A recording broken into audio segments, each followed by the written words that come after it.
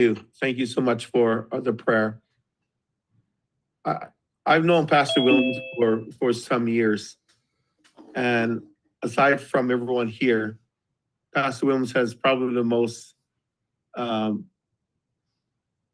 don't want to say perfect, but he has a deep love for humanity. Not perfect. Yeah, deep love for humanity. And, but I've seen him struggle, but I have seen him succeed. And when he tries to help those that he knows need help, they have benefited from his wisdom, from the things that he's done. And I always look forward to hearing him pray and to bless us as we move forward. Thank you again, Pastor. Praise the Lord. Welcome, everyone. Last week I didn't have our meeting because I had another meeting I had to go to regarding, as I mentioned, payroll, contracts, vision, all those things that had to be discussed with people that I'm discussing and sharing with. And as I speak, I'm reading my notes here. I'm notorious for writing a lot of notes. This is why I don't forget. Not that I'm getting older. I just don't forget. I just don't want to forget. I'm still, anyway, I don't want to go there. We're all there. I don't get it. But anyway, a part of the notes I don't want to say anything that may erode confidence because often I always want my words to be factual and what I say happens. And even though I rely on people's information and I believe them to be true, I should learn to wait until it's in my possession before we celebrate all of that. But I will simply say that everything that regarding our identification, our IDs, our passport. How do I get it off the headphones now? Oh, I'm sorry. Please mute yourselves, everyone. Thank you. Michael, All that we're doing. I did. Oh, hold on. Go to the sound thing. Yes. Are we okay now? Thank you. I believe the grottos need to mute themselves. Yeah, Mary, can you mute your computer, please? Okay, I'll just guess. Thank you, Michael. But the meeting went very well, and I will be able to discuss more in the coming days, and everything comes together. I'm looking forward to all of that. In my the agenda, excuse me, I said that. Brachytherapy. Hold on, Mary, can you unmute yourself, please? I mean, mute No, yourself, it's just really soft. Mary. Your Majesty, I think that you might have to just mute her from your side. Oh, I think they can't hear us. And it's one word. how you do that? So you go to participants and I when, did. I muted it. okay. Thank you. Thank you, guys. So let's go to the concerns first before we move on with our agenda. I'm going to have Arlie Mananui, Lenny, talk about that, the tariffs and his thoughts and the bombardment from the United States and Yemen, China, and so forth. Lenny? Good morning, everyone. I'm just actually pulling my thoughts together. There's so much that's been happening, it's hard to keep up. But one of the things I've been doing is looking at what I think of as threads in a tapestry. That we pull a given thread and out comes a story that someone's living that we need to be tuned into. So for example, one thread is that there are those who want the United States of America to dominate the world. They call it manifest destiny. And they put out a story that they are living, that their purpose is to conquer other nation and absorb other nations, expand their territory, and do whatever they feel they want to do within their boundaries. And this is a very destructive approach to international relations. They're talking about seizing Greenland and seizing Canada and seizing Gaza. All of this to expand the power of the United States empire, or what it appears to be a United States empire. There are elements of this that are outside of imperial. But anyway, when I look at Manifest Destiny as one of the threads, what I see is the expansion that I've just mentioned, but I'll just touch on it. You have Gaza, where they say they're going to remove all the people from Gaza and create a resort for, I guess, white people or something. I don't know. But this doesn't have room. Well, first of all, it's a violation of international law. You cannot displace one population and put it wherever you want it. The ignorance of international law is obvious here. It's even in the Constitution, basically. But there's no one yet able to stand up to them and say, no, you don't get to expand. Now, the people of Greenland maybe will say that. The people of Gaza are just being decimated. We can only pray that they find some solace in what's happening. But so that there's one piece of the thread, the Manifest Destiny.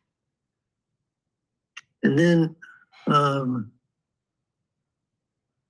another one of the threads is the Armageddon thread. For some people, the chaos that we're witnessing is simply a precursor for the return of Jesus and the rapture of the people who believe in this particular thread. And that means that the chaos and destruction and pain and suffering is all part of God's plan for these people to rule the earth for 1,000 years. That's their story. And as we pull each of these threads, it's important to look at whether we have a role to play in this or not. And I'm not suggesting any of us have that role, but I'm just pulling out things for us to look at and think about. There's another discipline called karma. Karma would be where you have accumulated negative energy or accumulated positive energy. It defines how you live your life. And what we've been witnessing is people building up karma like crazy. If you look at the United States of America, what they did to the Native Americans, what they did to the Africans, to enslave people and dominate people and rip them out of their communities and take them away, all of that builds karma under this cosmology. As I say, I'm not embracing any one cosmology. I'm just looking at what I see is going on that maybe we can tune into and somehow help. There's no question we're in a difficult period of time. One of the things that the Trump leadership did was to declare an emergency when there was no emergency. But in declaring an emergency, they then took extraordinary powers unto themselves to go about smashing things, as we've seen, and inserting their own cosmology, if you will, into the whole discussion. I had another note here. I just wanted to find it. Oh, yeah. As I stepped back and looked at what was going on and looked at the why would you want to destroy so much of civilization that you really put everybody at risk? And what I saw was actually it's a transformation of the economic order that they want to achieve, this particular cosmology, where we return to the medieval model of the rich man on the hill and the serfs down below. The more you can destroy any potential power source other than the rich man on the hill, you're playing into this particular cosmology. So I just want to, that's a lot to swallow. But I just wanted to do that in order for us to have as nuanced an approach as possible to what we're witnessing and develop any response we make with a full awareness of the fact that there are many different threads being pulled here. And we have to do what we can not to get pulled in by them. So I'll stop there for now. Thank you, Lenny. I'm going to reserve questions for a moment. I want to call on our Chief Justice, Joshua. I'd like you to respond to what Lenny has to say regarding the tariffs, the issues, and so forth that's before us. Josh, are you there? His picture's there. I can't find him. Joshua, hello? He's not there. Jabbar, are you there? Joshua just unmuted himself. He's getting ready. Oh, Can you hello, go Joshua. back to me, Your Majesty? Yes, Chief Justice. I'd like you to respond to what Lenny said of the various threats that he sees, and regarding the questions that I wrote that was of concern regarding the China, obviously, and the United States, Yemen, and Iran, and so forth and so on. Your thoughts, please. Your Majesty, I do have my thoughts prepared. Could you go to Jabbar first and come back to me? Sure. Thank you. Attorney Thank General. you, Chief Justice. Thank you, Chief Justice. Thank you, aloha, Majesty, aloha all. I think first thing I would say, love thy neighbor. I think let's begin with your neighbor first. The tariffs have been devastating for both the countries, including Mexico, Canada, and US. I think from the, let me begin with Mexico. The response up to 25% of the US tariffs have been on the drug issues, which they are falsely claiming. Yes, there are issues, but that is still to be, investigated. So the planned tariffs and the non-tariff measures of US have to be reanalyzed and then only dealt with in Mexico. But on the Canadian side, the retaliatory action, because the Canada responded equally back in probably more powerful. But again, that shouldn't have happened, never should have been triggered. Tariffs worth $30 billion Canadian on the US goods, especially the orange juice and of course the electricity and appliances is going to damage the United States economy. Especially, and the biggest burden is of the people. They'll end up paying all the tariff wars which Trump has created. And 25% tariff on electricity, that is every home's damage in the United States. And Ontario, which is the largest province which produces electricity, and that is going to charge 25% tariff on any power supply down to the United States. And China, whatever said and done, I have been personally to many provinces in China. They are really doing work. And I know they are a communist country, but in terms of gathering people, creating wealth for people, they've done a phenomenal work. And there are lessons to be learned for Americas, both including Canada and US.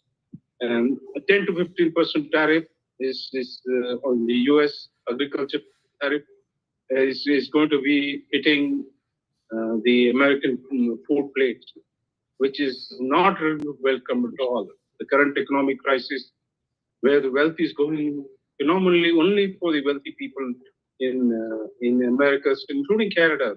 I've noticed some of the big wealthy communities are phenomenally wealthy, whereas I see some of the people still struggling to make the ends meet. So China's retaliatory tariff could damage us very badly. Some of the pros and cons which US have to take.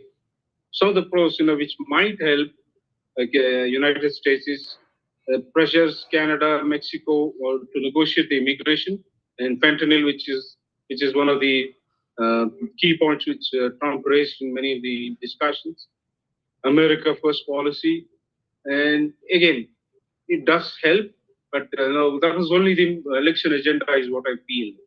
When he mentioned America First, that is not true at all, given the current stance which he's taking.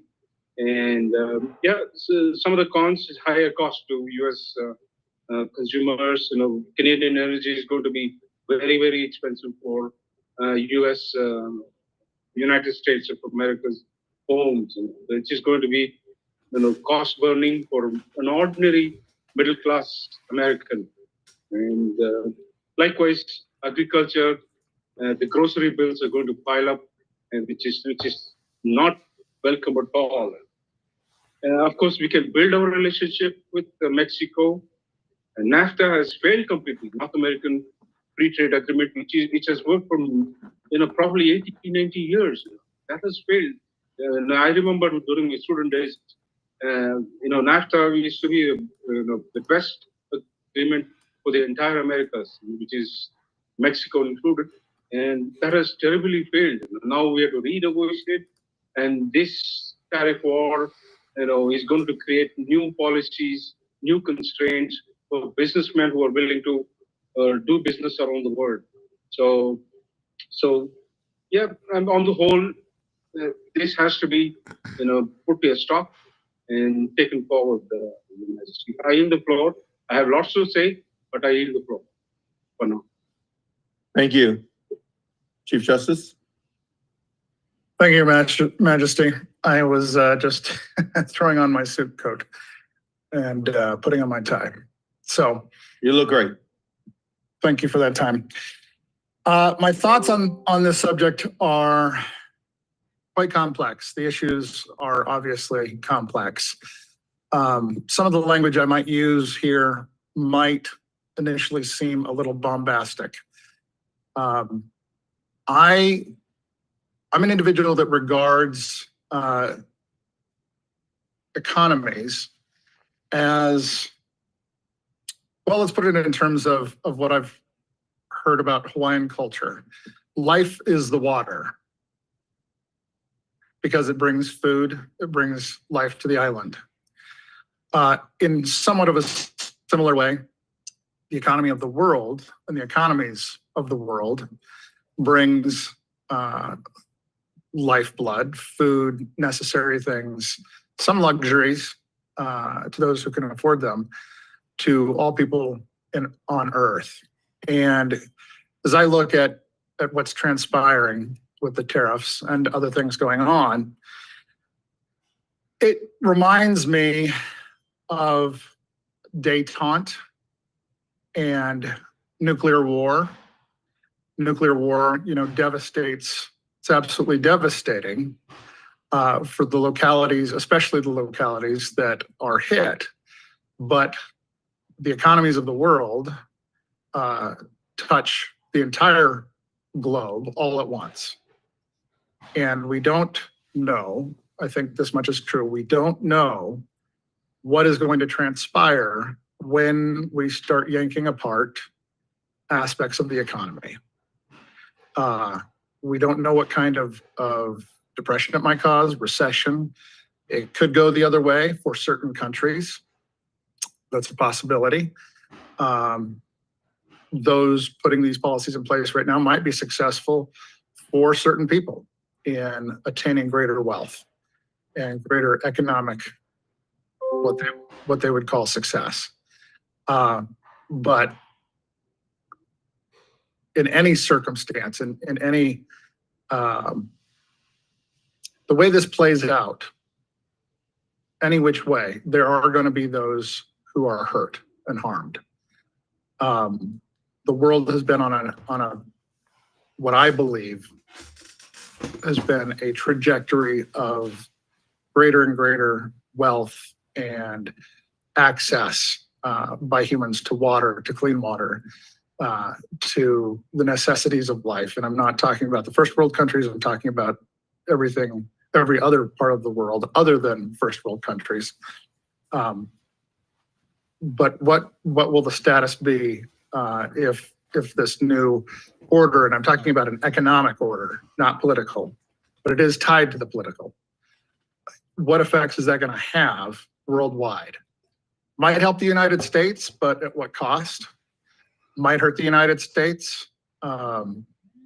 Also, same question, at what cost? And if that's the case, if it hurts the United States, then even from the United States' own perspective, there's no net positive gain, even for the United States. Harm is caused to both the United States itself in this scenario, as well as to the rest of the world.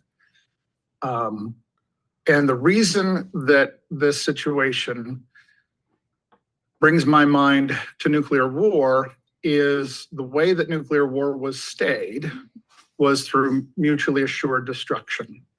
And to some degree, that's the path that we're on with mutual tariffs. And every country is going to feel some need in exercising or in protecting its own sovereignty to do the same thing. You push me, I push you. So you're going to put tariffs on me, I'm going to put tariffs on you.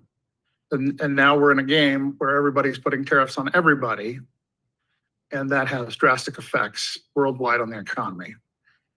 At least in the sense that we don't know what that's going to bring about. It's a lot of uncertainty.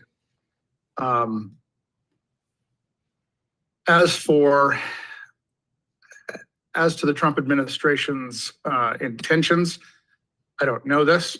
My hope is that their intentions are good and that they think and believe that the kind of rhetoric that they're using and placing the tariffs initially will cause others to come to the table and to negotiate. That's President Trump's thing, the art of the deal and making a deal. But that's kind of the best case scenario, is that he's trying to negotiate something different. Worst case scenario is that the intentions are not good, and who knows where that leads. But I don't know their intentions. What I do know is what's being put in place now and being pursued creates a tremendous amount of uncertainty, and that's going to play out in the stock market. Anytime you've got uncertainty in the world, the value of all things goes down, and it can quickly get to a very scary place. You know, I see commercials more and more, buy gold, buy silver. Well, if we're in a situation where no money, no paper money or coin can buy food anymore, what good in the short term is gold going to be to you? Food would be life. No one's going to give up their food, even for gold. And if it goes far enough in that direction, if the pendulum swings far enough, then we're back to a mercantile and a barter and trade society where there is no medium of exchange. And that's a really scary world. If there's no medium of exchange, all you have to deal with is whatever you have to exchange with somebody. Many women in that kind of economic society would have no choice but to resort to prostitution if they have no other means. And so many, and human rights and civil rights become a thing of long forgotten past, because at that point, people are just trying to survive. So I guess the essence of what I'm saying is what is being pursued right now brings tremendous uncertainty. As to what we can do about that, the impetus of the kingdom, so far as I can tell, has always been, to the greatest extent that we're able, to bring peace to the world. And so my admonition would be that we find every avenue and path possible to try and bring others to reasoned approach, to non-partisan, non-political, but logic-based decision-making for the overall benefit of humanity. Those are my thoughts. Thank you, Chief Justice. What people don't realize is that nothing on earth belongs to you. It's only temporary. What you have now is only temporary. Even your life doesn't belong to you, because when you die, that's it. The problem that people are not seeing, in my view, is that the life they have today should be spent on enjoying what God gave us, this beautiful planet, the ocean, and so forth, the lands, and enjoy its beauty, its content. I've been writing this speech for some time now, and one of the things that came to my mind was when I was in Panama, and Jessica was with me in Panama as well, and we went to this oceanside area where the ocean, the water, well, it's really a beautiful place. But I met an elderly fellow who said to me that he can't wait to die so he can go to heaven. So I said to him, what if you're hearing the wrong things? But so what if your spirit is ascending and you say that you want to go to heaven, but the voice says to you, well, I gave you a beautiful planet. Why didn't you take care of it? I gave you lots and lots of people on earth to talk to enjoy, of all different races and different cultures and tradition. Why did you learn about that? I've given you all the food that you can possibly enjoy, from the ocean to the sea, from the mountain to the sea, rather. I've given you beautiful sunshine, winters, all the seasons. And what do you do with it? So he didn't respond to my question. But the point I was making is everything we have on this world is only temporary. That's all it is. Yet mankind is so fixated and controlling this and but they don't control anything. People do. And in my writing, I said that what can the kingdom do to facilitate peace? And you've heard from three individuals on their thought and the problems of the war and the situation, and each one varied in their thoughts and how they convey their thoughts. But all three of them, starting with Lanny or Ali Malonui, they're all on the same page. They're all saying basically the same thing, but in different ways. That we are, as a friend once said, we're in deep kimchi until we can find a method to navigate through this madness, and these things are where it is. And I value each one that spoke. The tariffs. If people studied history like I do, I love it, was created during the time when there was only the original 13 colonies, or America wasn't big as it is today, and therefore they relied upon the tariffs, and that paid for the government and paid for other essentials for them. Today, you have countries that are very, very wealthy. The United States is wealthy. China is wealthy. The Middle East countries, many of them are wealthy. Europe, you have a lot of countries that are wealthy. So what is it that the world thinks they need above and beyond what they already have? Anybody have any answer to that? Jessica, do you have any answer to that? An answer to that? What does the world think they need, that they have to pick on somebody else to try and take their natural resources, the rare earth metals and everything else that like these people have, and to take over another country? What is it? How big does big get? And how big do you need your pockets to be? Why is it human beings are so fixated on getting more than what they already have?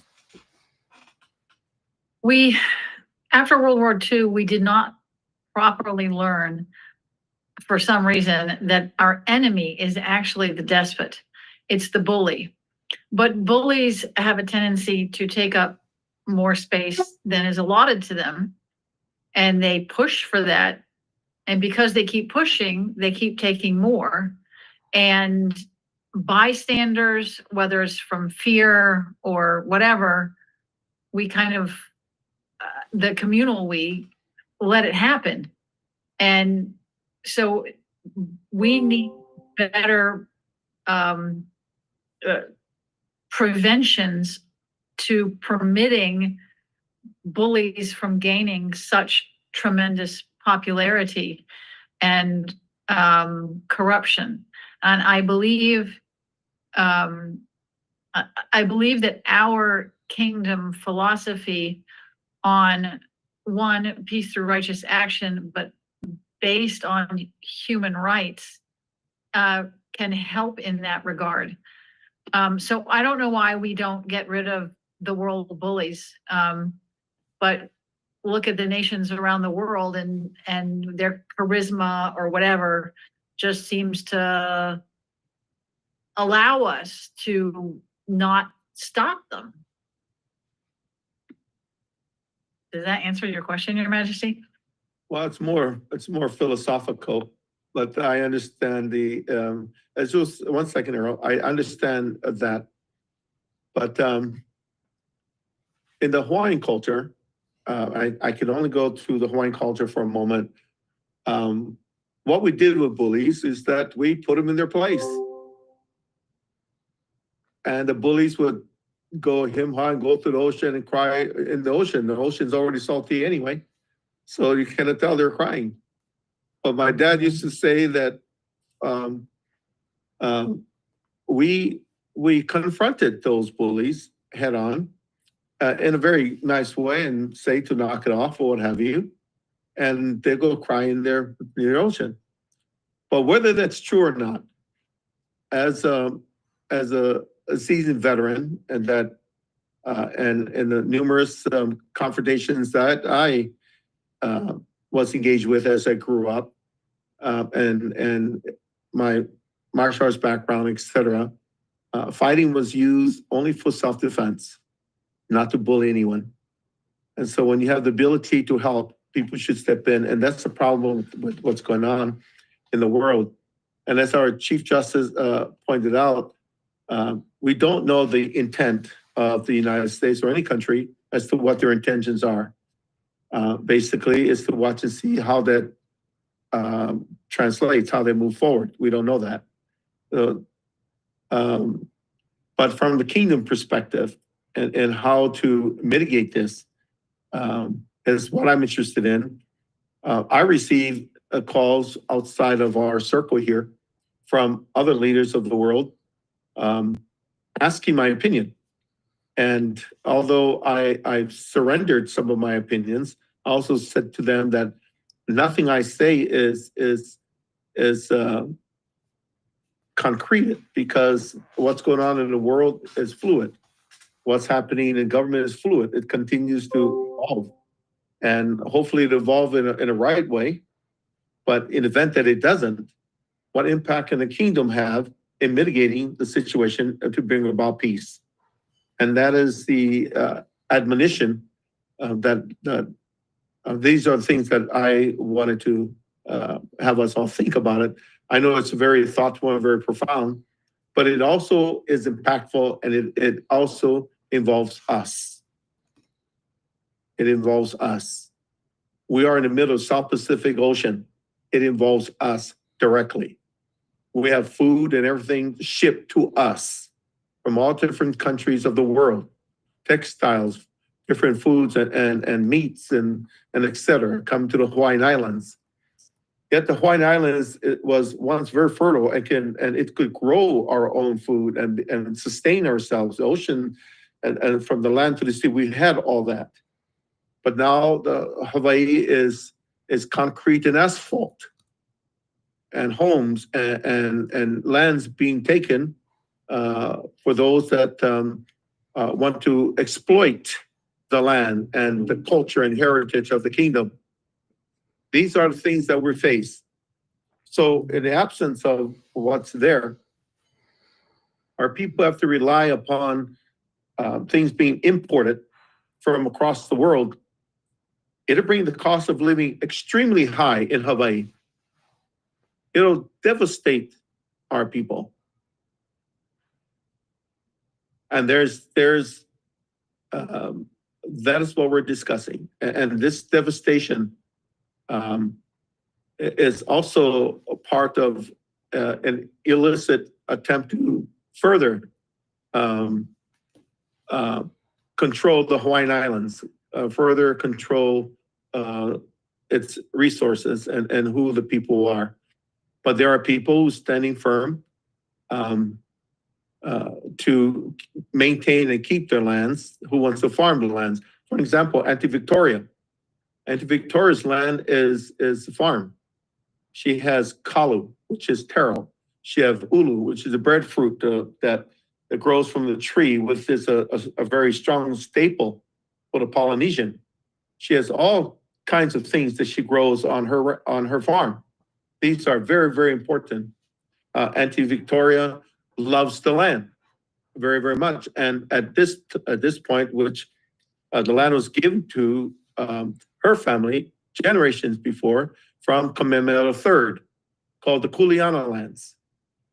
There's two types of lands. One was the crown lands that was held for the royal family, and that was established during again was the Mahele from Kamehameha III, and then the Kuleana lands was all these rights were given, but today, because of the Hawaiian population being diminished, we are I hate to say it, but it's true. We are nearing extinction. We can be classified as a race that's been extinct, because there's not very many pure Hawaiians walking this earth. I have my genealogy, my blood count is I have about 85 or 87% Hawaiian. There are about a handful of pure Hawaiians that I know of on the islands, and everybody are less. There are many who are less than 50%, and yet even less than that. Some as much as their little baby finger. So what I'm endeavoring to do is to bring back the Hawaiian culture, Hawaiian tradition, and is what we do, what we have to offer the world. And that is our tradition, that is our culture, who we are. We were and are a very intelligent race of people. We loved education, very intelligent. We had kupunas, elders, who taught us how to live in harmony with nature and the natural world and with each other. If you really study the history of Hawaii, the islands that Kamehameha supposedly went to conquer, these Hawaiians were not fighting against each other. There is no evidence to that. They lived in harmony with nature. They lived in harmony with themselves. Polani is his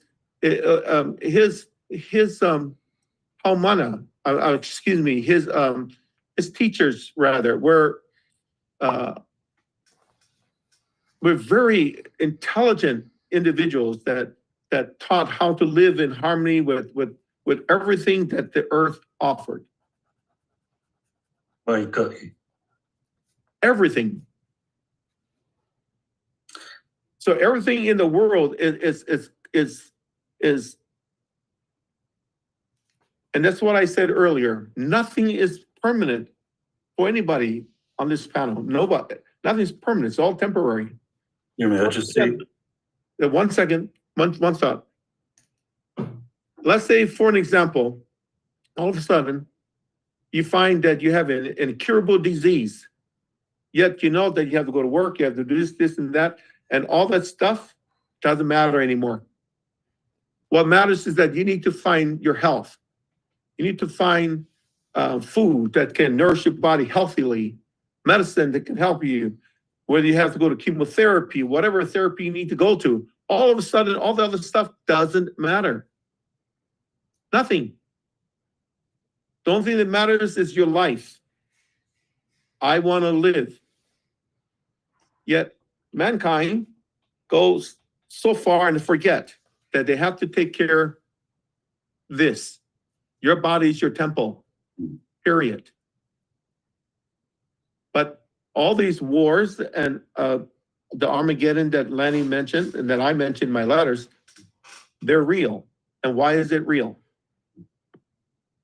Well, we're going to go into that hopefully soon. Yes, Plenty.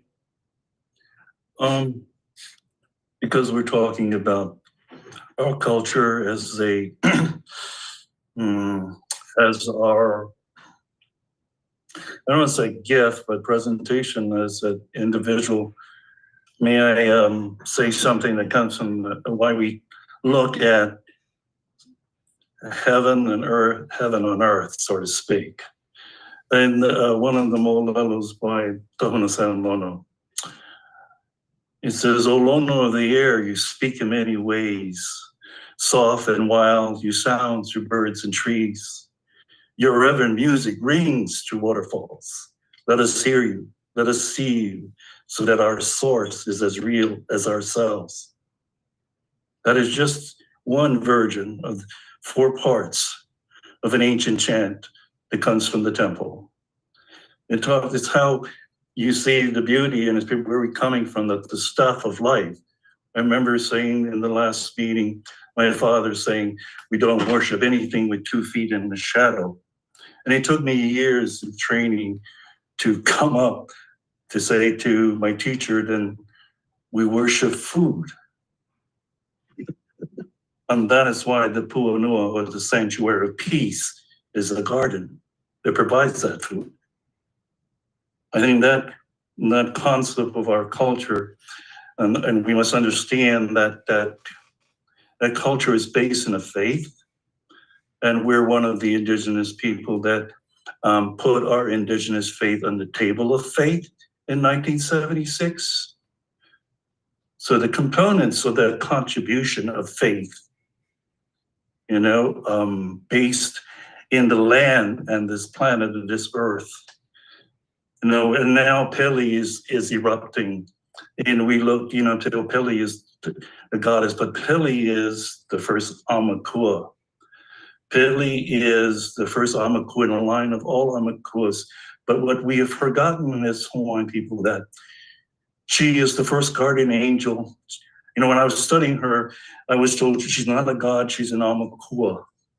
But I had to figure out why, because when she hardens, she becomes Lono. Think about that. The Aumakua went from the first guardian angel, the virginal life of everything on earth, the earth itself, the hot planet before water. Yet when she hardens, she becomes Lono, the god of earth. The chant I just given. There's a great story in this contribution that we have to make as Hawaiian people. You remember, I was the last to be taught how to think Hawaiian. So a lot of times when I hear things, like tariffs, sounds like a shakedown to me. I lived in Taiwan, in Taichung, Kaohsiung. And I think Taiwan will end up being part of China because it was part of China's history. Just like Hong Kong and England. Why should we all go to a third world war about that island? I don't think so. And China is, one of the big ones on the block. She's not started wars with anybody. She's not developing things. She's only guarding her own shores and helping countries. So I find that I'm praying that there's a contribution that that country can make, from their years and dynasty of knowing what wealth is. When you bury your kupunas in jade, you know what wealth has done.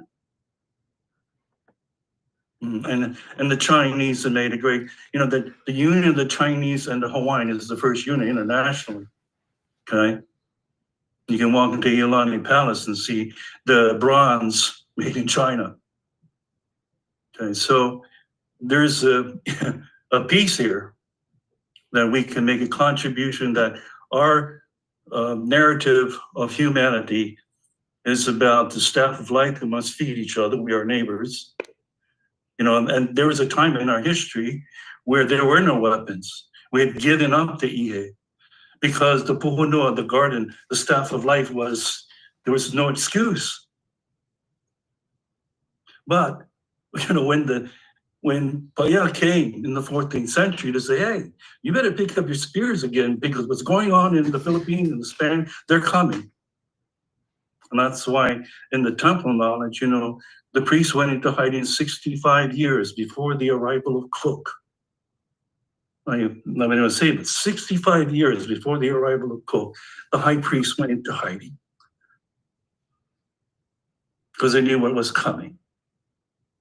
So there's so much to the story of this culture that in my study of 13 years was the last Tahuna, Palitu, the one can climb to the mountain and speak. And so, I asked him when the man, because being a Vietnam veteran, somebody's going to press the button and the bomb's going to go off. He said, no. He said, we have not seen the wrath of nature. So all of that ties to why we see that the staff of life and the land, how the sun heats the ocean, raises the water, and the death is the tears that touches the top of the mountain and carves into the stone and meanders back to the sea and creates this breath of life. There's so much to that story that His Majesty and his family and this culture of humanity, like I told Uncle, we are going to make a contribution to humanity someday. And believe me, I never thought I'd be sitting on this table of nobles. So we're here, all of us. If we all have this great belief in the God, then let's have the patience for that God. Thank you, Lonnie. And yes, we are here. And yes, we are finding ways to resolve in our own way. I will say this in absolute truth, is that I receive letters from all over the world, always asking for aloha and what does the Hawaiian kingdom think about this and that, and what is my thoughts? And what are my thoughts, and how can I navigate through it? But we'll discuss that at some time. Lenny, I need to come back to you, Manaonui there. You've heard some response to what I asked people to think about. What are your comments? What are your thoughts to some of things that you've heard? Well, a lot of people are seeing the truth of what's happening. There's deep concern and well-placed concern. Just a little item, I think, there's a jobs report that just came out that said that jobs are good and things are looking good. Total nonsense. There's probably 250,000 people who have lost their jobs in the last few weeks, and nothing's being done to help those people. There's so much to talk about. It's really hard to know where to focus. But I think that what I'm hearing is people see what's happening. They are deeply concerned, and they're looking for pathways to where we can help. And I hope I can contribute to finding those pathways, but right now it's kind of dark out there. I'm not really sure how we're going to address the fact that so many jobs have been lost, so many people have been thrown out of work with no planning ahead of time. I mean, this is totally irresponsible the way this job thing has been handled. Just firing people with no notice, no due process. just doing whatever you want to do, and to heck with the rules, to heck with the law, to heck with the well-being of the people. There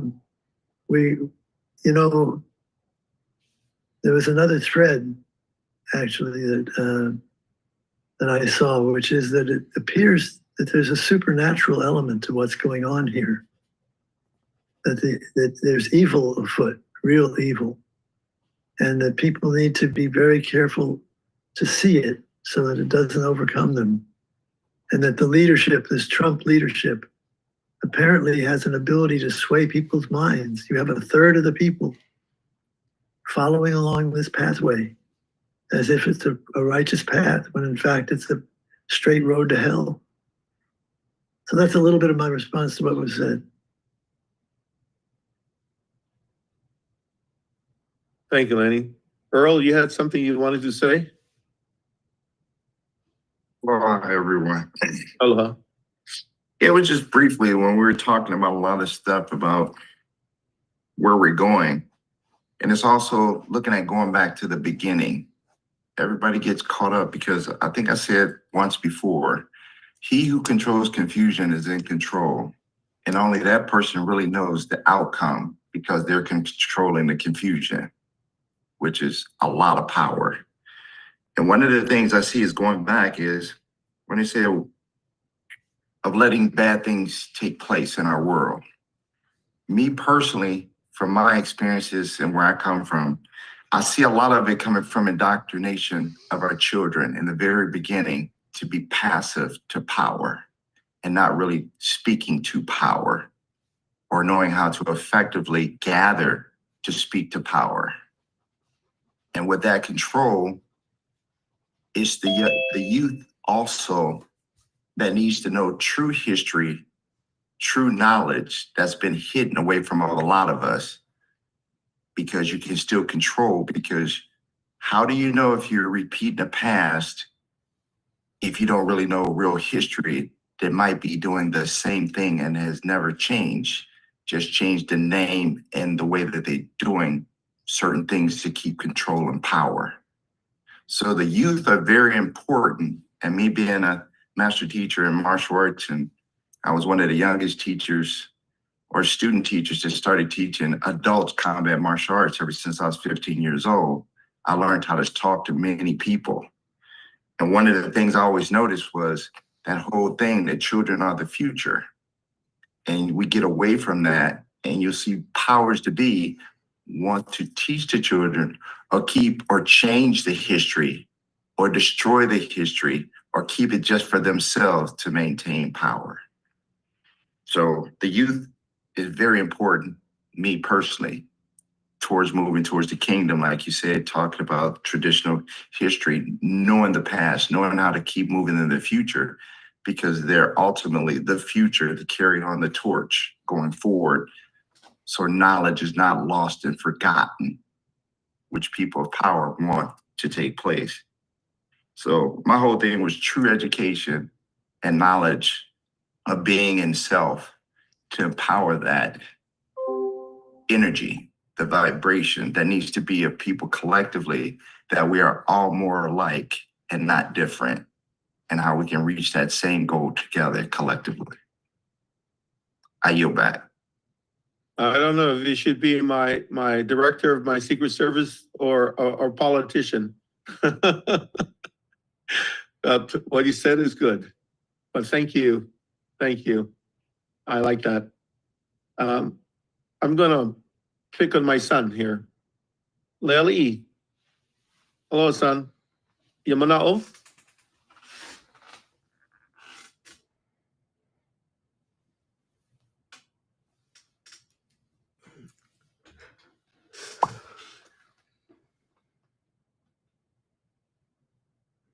Done? Yeah, I lost you.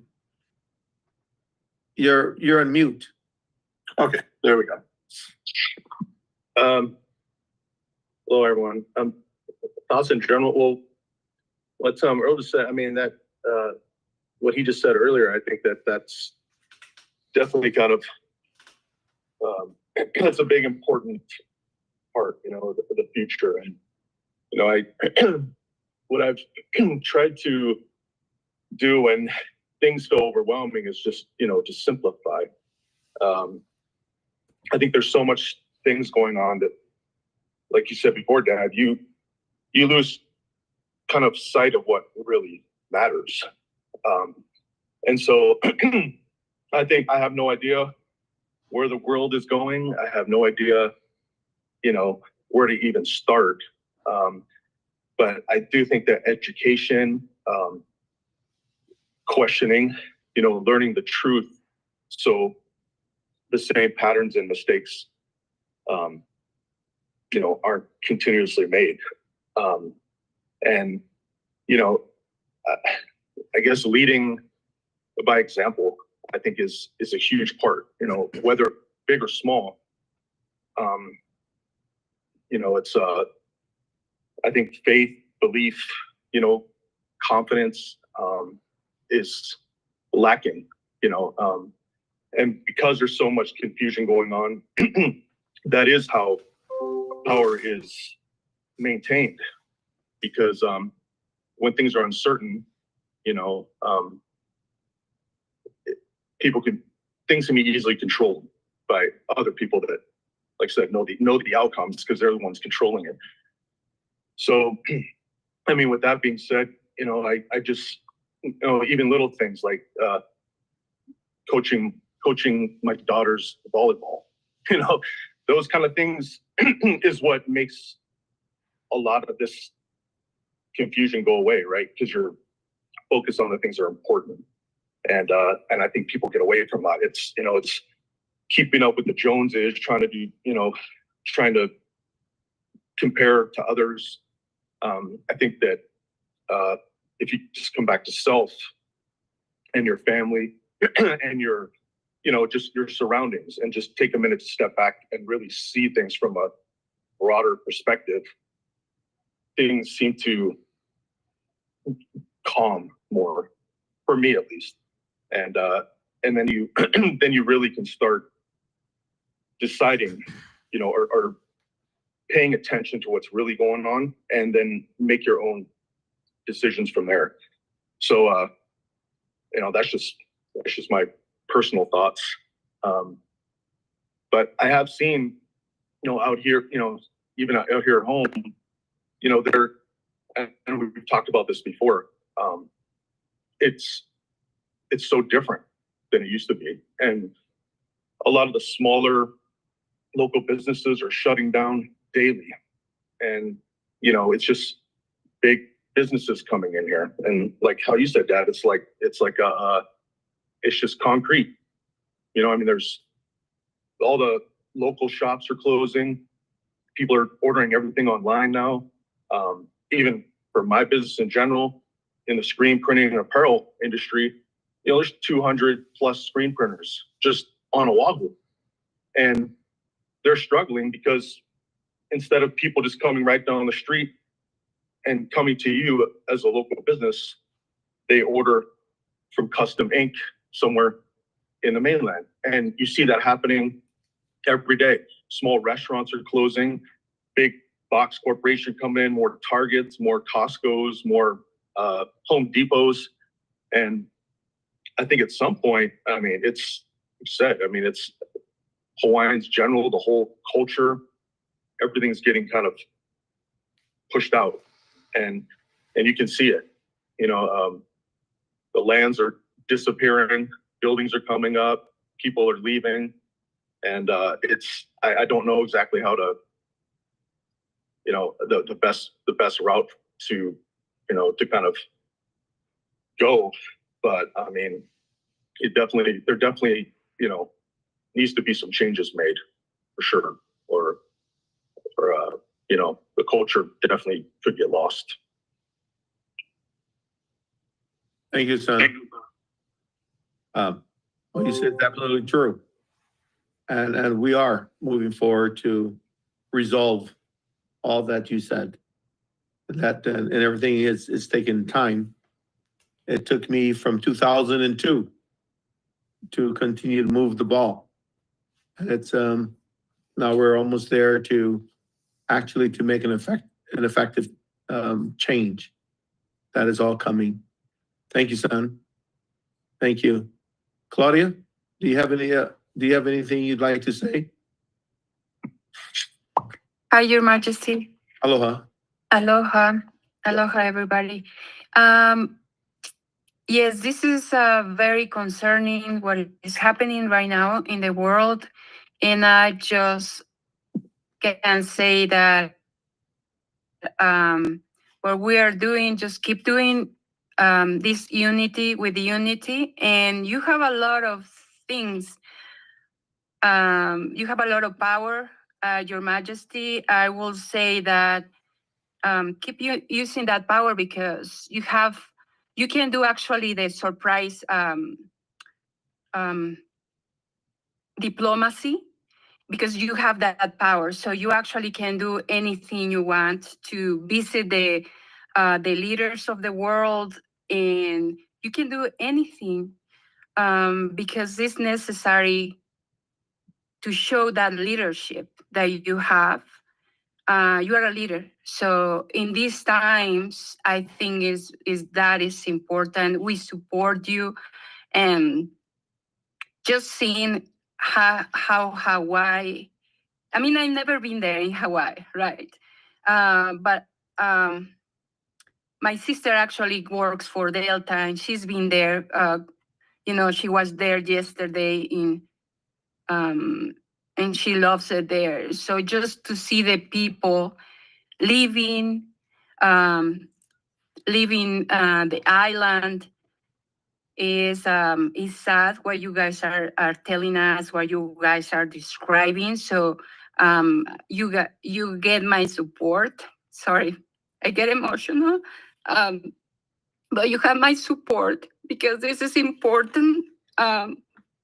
Not just only for your people, it's for everybody around the world. So you guys have a lot of opportunities. You have a lot of power. As you say, your people is very intelligent because you guys chose to use that emotional intelligence to bring that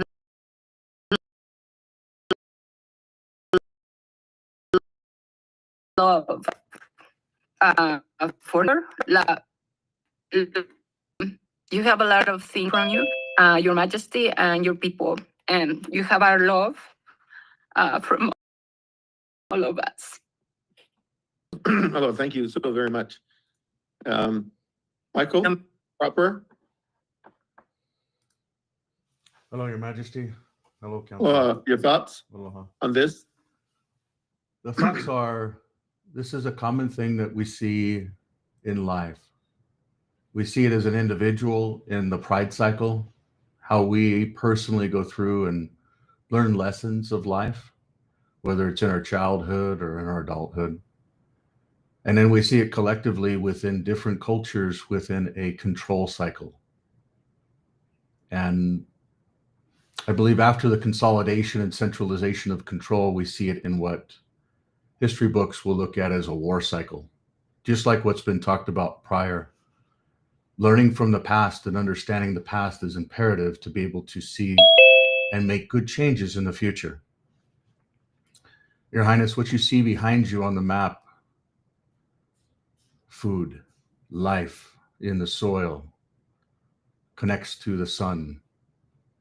Those are the things that can actually enable life. Just as your ancestors understood the connection between earth and the sea, I believe it's the solution, not because it solves war, the war cycle or control cycle or pride cycles, but it enables us to have time in the body. I personally believe what's coming, and I'll focus in on the war cycle, I believe that it's really simple things. There's a currency war, which we've seen happen, and the United States lost its standard, as many other countries did within usually 100 years of them being the standard. Because that currency war leads to a control. And the control usually comes from the tariffs, which then comes from actual trade. We wonder why there's terrorism in the world and why there's pain. I don't know if we've seen what's happening currently today in Yemen and other parts of the world, but the trade war equals to physical war, primarily because When we as individuals, especially parents, see our children suffering, whether it's some type of sickness or some type of hunger, or even us as individuals, we'll do very interesting things for a simple thing like hunger. And when we have things that start slowing down, like when we go from a currency war to a tariff war, ultimately to a trade war, food stops growing. And if we look at the Hawaiian Islands, I'll just talk about a couple islands right now, 137 total, but I'll just talk about Oahu, Kauai, Maui, and the Big Island. 10 million people come to visit a year. 100 years ago, these Hawaiian Islands could actually grow enough food for them and their visitors. But the world is a melting pot, and the visitors that are coming are much more than just travelers. The problem is almost 90% of all the food consumed on the Hawaiian Islands currently is imported. And they're imported based upon a currency and the currency exchange, which creates a massive element of control. Like that, many folks just will not have a choice. They will be hungry, and their hunger will lead them to do things that are kind of nuts, maybe injecting the population with something that's unknown, and then seeing the consequences before they know what the consequences are. Maybe believing different things that the media will push, but it all ties to these secret combinations that enable the control of centralized systems. And I believe that the way to solve all of these cycles is through decentralization. And I know you guys are probably sick of me yakking about decentralization, which I sometimes am too in my head, but it's a true and correct principle. It really is. It's how the Hawaiians actually lived. It's how, like Auntie Vicky, to grow her own food is not uncommon. To be able to survive from it, the food that actually hurts is when you're hungry and you don't have that food and you eat the food of the West or the food of the centralized system. Monocropping, pesticides, all these other things that we put into the food is when we start seeing diabetes and the sicknesses that naturally come to these bodies that are natural if we just eat the natural food, not the modified food, but the natural food of the sea, of the earth. And even the craziness when it hits the air and the sun, it's all a natural God-given gift. I don't care who we believe, whether it's Akua. We have everything that we need, but we just don't see it. Think about it. There's 800 to 900,000 arable lands on just those islands that I mentioned, not the 137, but just Oahu, Maui, the Big Island, Kauai, Ka'alele, not even counting that. Lanai, not even counting that. Malai or Molokai, not even counting that. Literally, the state of Hawaii, which I believe the Kingdom of Hawaii and the state of Hawaii must recognize one another, and that should be a short-term goal. When we do that, then and when we look at, OHA or the Office of Hawaiian Affairs or the housing environments, what are they doing to grow food? Because food grows abundantly in these islands just naturally. I mean, I can't think of a better part of the earth, this whole sphere that we get to live on, where food can actually go. Superfoods, like healthy, real good foods. And so what is stopping us from saying, let's get seeds and let's grow food? And then let's share.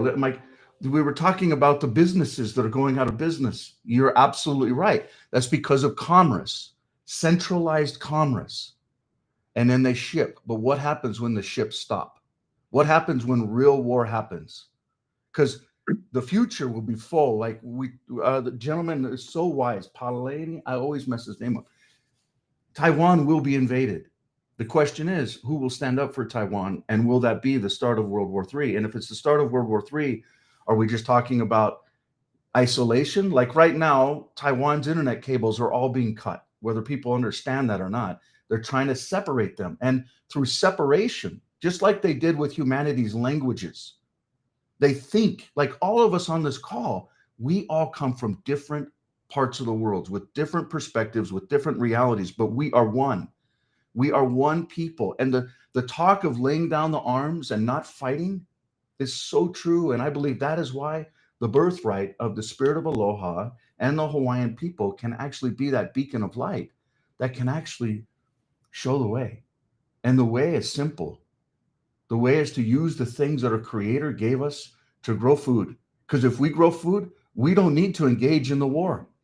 The reason these wars are so impactful is because we think that we actually are lacking. We have such abundance, like so much abundance all around us. And when we think these ways because these centralized systems want to indoctrinate us, whether it's in the schools, whether it's in the media, whether it's in our pocketbook. We think a bank balance just defines us.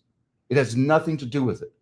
As a matter of fact, it's another form of control. And what I'd like to do is spend 4 minutes and run through a totally independent perspective, but a history lesson, if Your Highness, if you would allow me. Please, go ahead. I'm going to share a video real fast.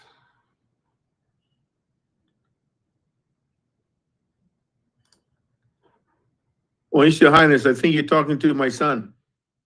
Both of you. Go ahead. It's wonderful to see him, by the way. Michael, Kia ora. Yes, sir. you're right that way back that the study of Hawaii agricultural lands was able to feed because of the two growing cycle. We have a double growing cycle. Mm-hmm. It was part of the plan to, if anything happened in the heartlands, that Hawaii would be able to back up that. And that was studied years ago. So there's a lot of truth to you say that, yeah, the lands that we have here could provide the food, but you're right, it's about control.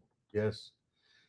What I would like to do, you're spot on. What I'd like to do is just play this really fast. Again, it's just 4 minutes, but it's a lesson that I think can open our minds to be able to possibly see a way forward. And the kingdom already has it, but bear with me. It's all masterfully planned and executed. During the Civil War, the Constitutional Republic abandoned Congress, which forced President Lincoln to issue martial law.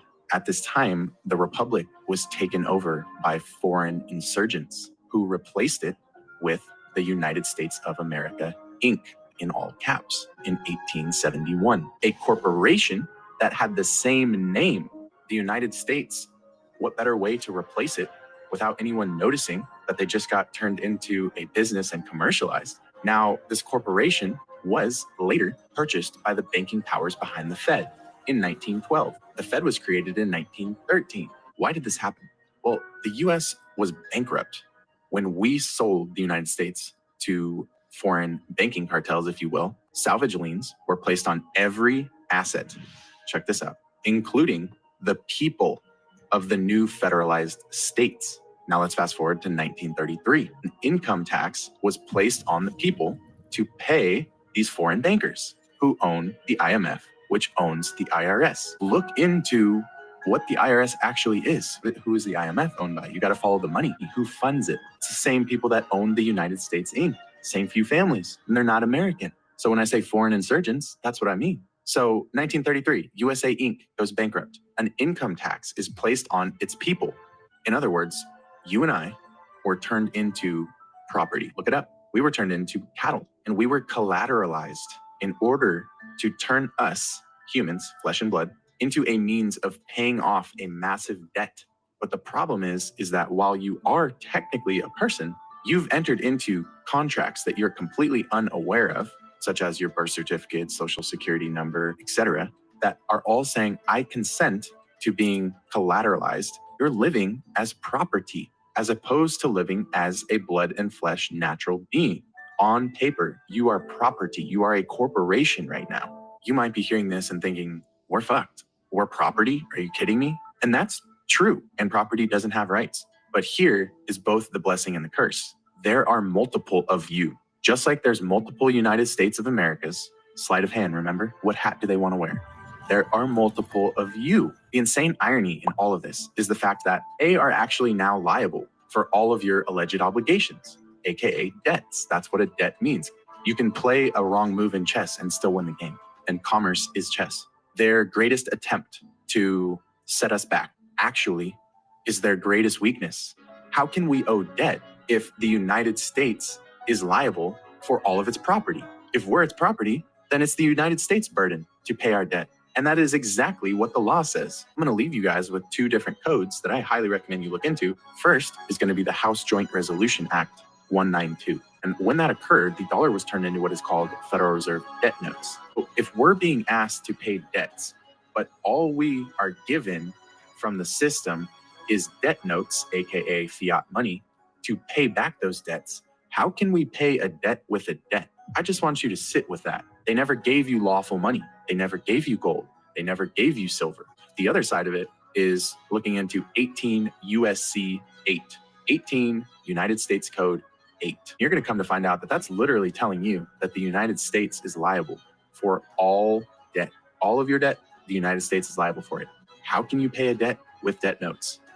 Don't let that go over your head. They already got paid. Whoever's coming after you, saying you owe a debt, whatever, they already got paid. Why would you be paying it twice? Common law, a completely different, higher level set of law that comes from God, the creator, is for a natural blood and flesh man.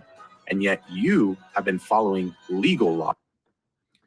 I hope this makes sense. I hope this makes massive sense to a standpoint of the ability for individuals to be able to stand up and be able to control their own identity and their own future. The reason that I bring this up is the kingdom has a system where it can actually take back its own commerce that was taken. The United States dollar, the one thing that the US requested was to use the US dollar as commerce. The Hawaiian dollar was real. I've been to the system. I've literally gone into the archives, took months to set it all up. I've seen them. They're very real. And you know what they were?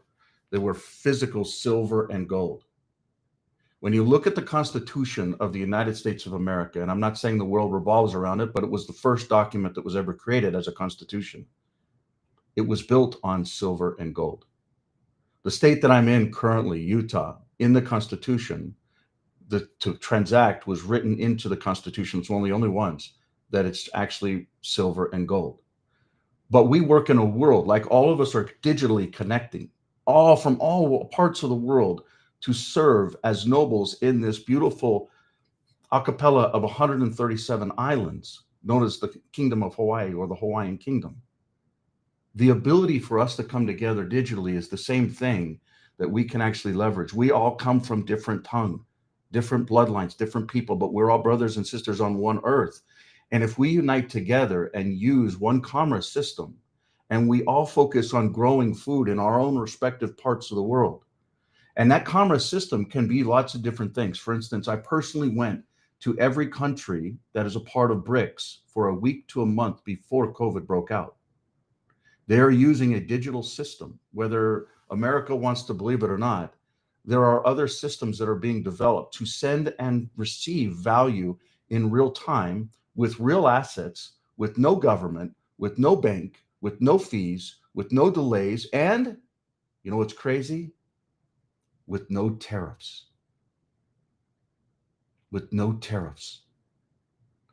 The systems, these types of systems, metals, just silver and gold, because it comes from the earth and it's a rare, and it cannot be fictitiously just created. Now, I'm not saying that people don't try, but the point that I'm trying to say is the Hawaiian dollar, backed by real silver and gold, can actually be the core of a system that is pure.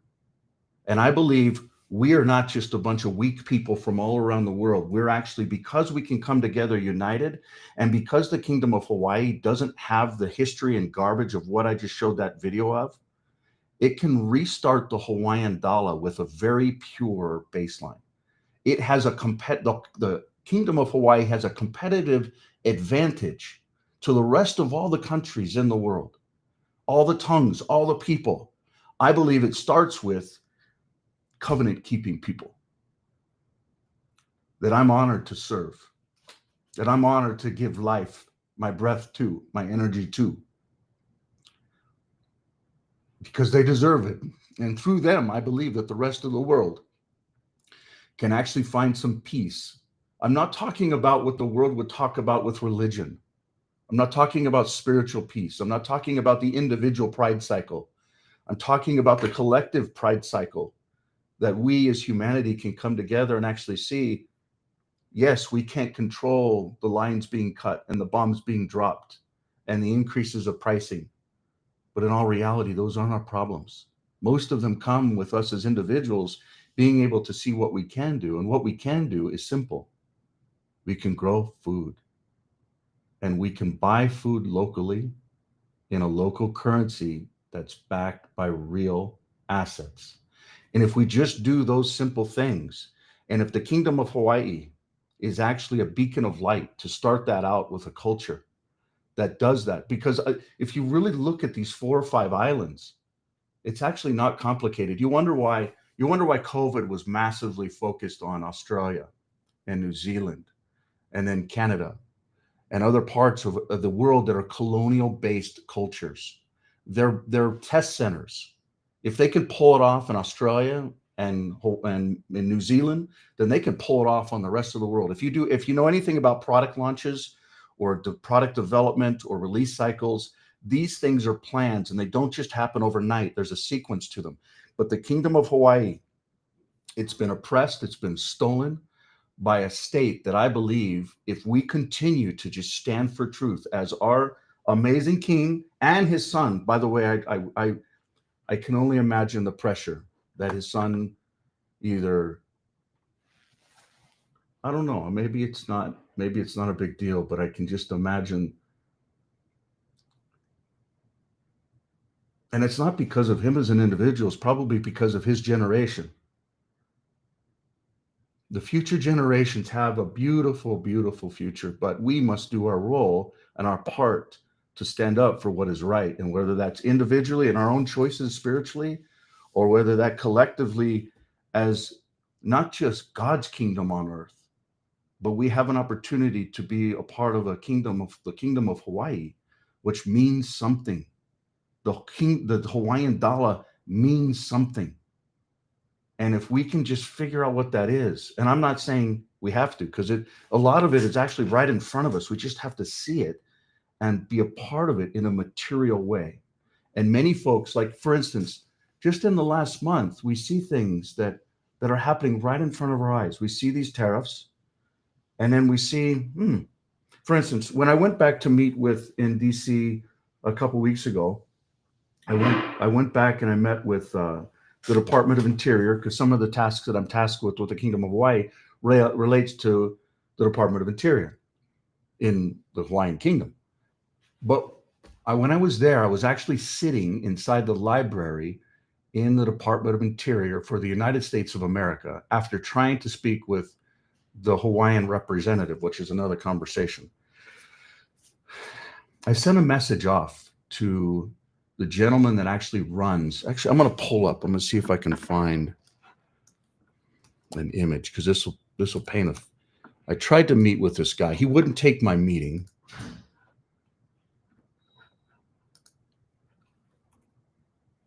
Let me know. Let's talk, Michael, and I can share his email with you. Well, no, I got his email. This guy right here. So what I'm showing, actually, you're not seeing it, but he's the Treasury Secretary, Scott Bessent, says that gold is likely exempt from tariffs and compares Bitcoin to gold as a store of value.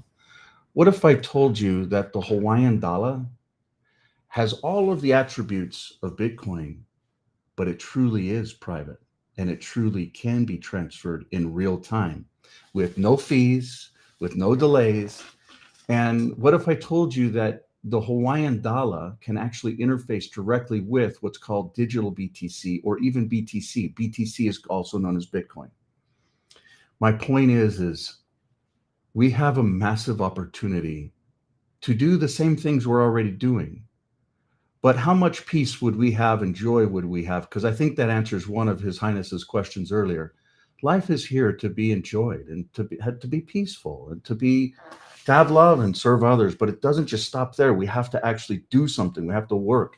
And I believe that we will actually all sleep better at night if we were growing food or animals or something to be able to sustain life independent of all the systems out there. And some people may think, I don't even care about food. I'm just worried about putting a house over my shoulders or my head.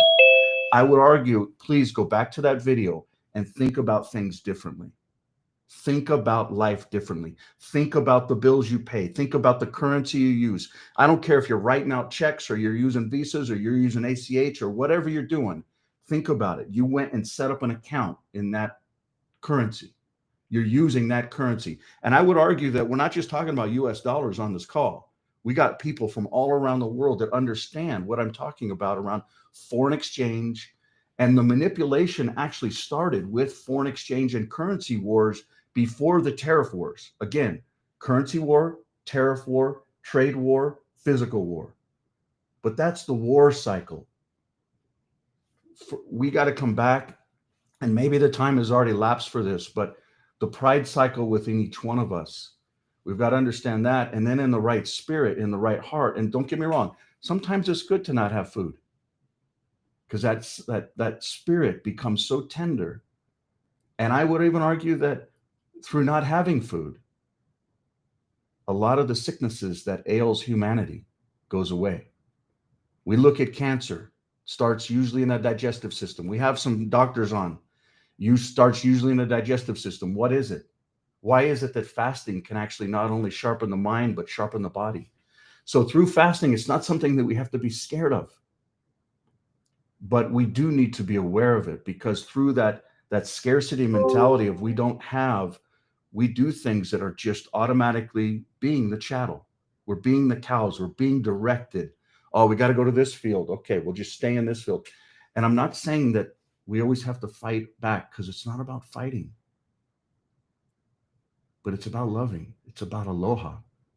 And with that being said, I know I've gone through a lot of cycles and times. I hope my words make sense, but I promise you, the ability that the Kingdom of Hawaii has to create corporations that are owned by no one under Akua, to be able to create assets that are owned by no one except for the individual under Akua, the ability to transact with those assets with payment systems like the Hawaiian dollar into other currencies, and then the ability to be able to pass that to the next generation with asset managements, or a system of, and this is, we've got a lot of just different legal folks on, the ability to do estate planning, asset management, and then passing that to other to generations. Like, we work as usually man and woman together, create family has posterity. And through that is where I believe ultimate joy and happiness comes from. It's usually not even in our own lifetime, but I believe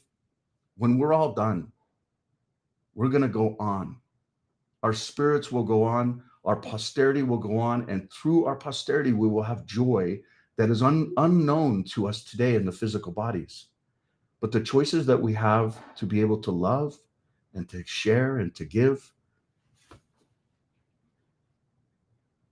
it's what will enable us to serve, and through service, we will find ourselves. And I agree. Go ahead. Totally. Michael, I need to interrupt you for a moment. But I want to come back to you in a little bit, but thank you, Michael. I appreciate your presentation. Dustin and Amy, I know you're going to be leaving shortly, so go ahead. All right, well, I'll do real quick on your tariff question and try to actually go into a little bit of what you were actually looking for as to what can we do as a kingdom. So I think that with the tariff, there's a lot to unpack, really, because as you were stating in history, it was in the colonies. Before that, it was on the Silk Road. And it was basically, tariffs were originally created to serve the people that it was being collected by. So on the Silk Road, it was for protection and to the coffers to be able to increase trade. During when we were talking about a colony, it was also about population density. So it's going back to serving the people. Tariffs now in today's world with the population density that we have is not the same thing that tariffs were originally created for. It's more of a small stimulus, and that's why some countries have more than others to be able to bring monies in. Whether it's to serve the people or not is very questionable. So I think that on the tariff side, I think that kind of like what Khalili was saying, it's about unpacking and simplifying. So when we're starting to look at what, the vision is for like Greenland and Canada, you have to ask the question, why? So why is there such a push for Canada and Greenland? I mean, they say Greenland because of the rare earth elements and minerals that are in there, but I don't think that's true. I think it's because they know that the Arctic is opening up, and that is the next trade route of the world. And if we don't have a share in it other than Alaska, then we're going to lose, because Canada and Greenland are the ones that own the tectonic plates that go into the areas that have all the minerals. So that whole northern region is actually going to be an argument over tectonic plate ownership. And we're not really in the game. So when you start looking at what we can do, you have to ask the question, first, what is it that we're dealing with? And unfortunately, when it comes to things like this, it almost always comes down to money, power, or what we own, imperialism. That's what the US was built on. So for the second part of, what we can do, it really comes down to where we try to manipulate the situation. So we have to come at a place of peacefulness. Peacefulness comes from understanding and communication. What we have is really mass manipulation instead. So if you look at, and unfortunately, I've had to deal with Trump, and I've had several friends that have had to deal with Trump, and that's his MO. What he does is he manipulates the situation, even comes up with a crazy, something that doesn't even exist, just to have a leverage point. And then he'll leverage and point and pull and push on something that's not even real. And you're looking at him like, are you crazy? But he's going to continue to push on that leverage so that he can manipulate that leverage into a negotiation. And that's what I more see happening now with the tariffs, is not a true point, but a manipulation point to create a negotiation point. And I think that that is the way that we should look at it, is because he's simple, but he's not dumb. The way he thinks and the way he brings up tariff is the way that tariffs were 200 years ago, not the way that tariffs are today. So I think that we have to understand the game that's being played, and then understand how we can move the pieces on our board to match the moves that are being made outside of the board. So I think that we need to understand that this is really nothing more than a negotiation point and leverage point, even if it's just made up. And I think that that's another way that we have to try to look at it, and then try to see how we can leverage that. I don't know if Your Majesty, if you want me to go into the factories that we're putting in over in Hawaii yet, but I would pass that over to Amy to have Amy finish up, because I know that you have all the financial funding. No. All right. Okay, but you folks did talk to Auntie Victoria regarding that, is that correct? Yes, and I can explain a little bit for the rest of the community here. So basically, what we're trying to do, as we're waiting for the funds to come in, like Michael and everybody else we're all waiting on the same trigger. What we also have is we have people that do have funding, that are putting up factories, that are putting in facilities. So we have a group that we're introducing over to Auntie Victoria. We have communicated with them to the point that they want to give to the Hawaiian people. They want to work with the indigenous. They want to work with the indigenous on kingdom lands. We're going to be having another meeting this Thursday on how we might be able to organize that.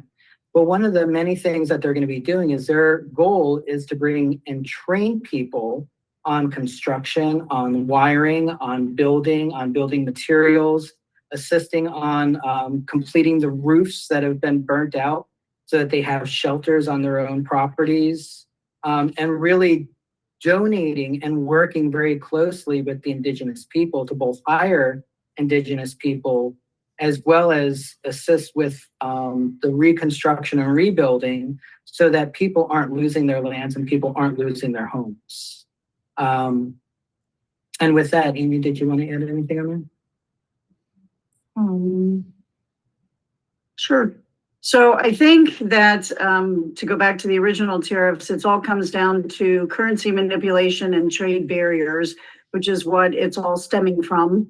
Everybody's made some very good comments today. I was well aware of what Michael, what you showed, which is very key. It was a great summary of what's happened to the United States. Ms. Jessica talked about the fact that we're run by the power bullies, and unfortunately that's true.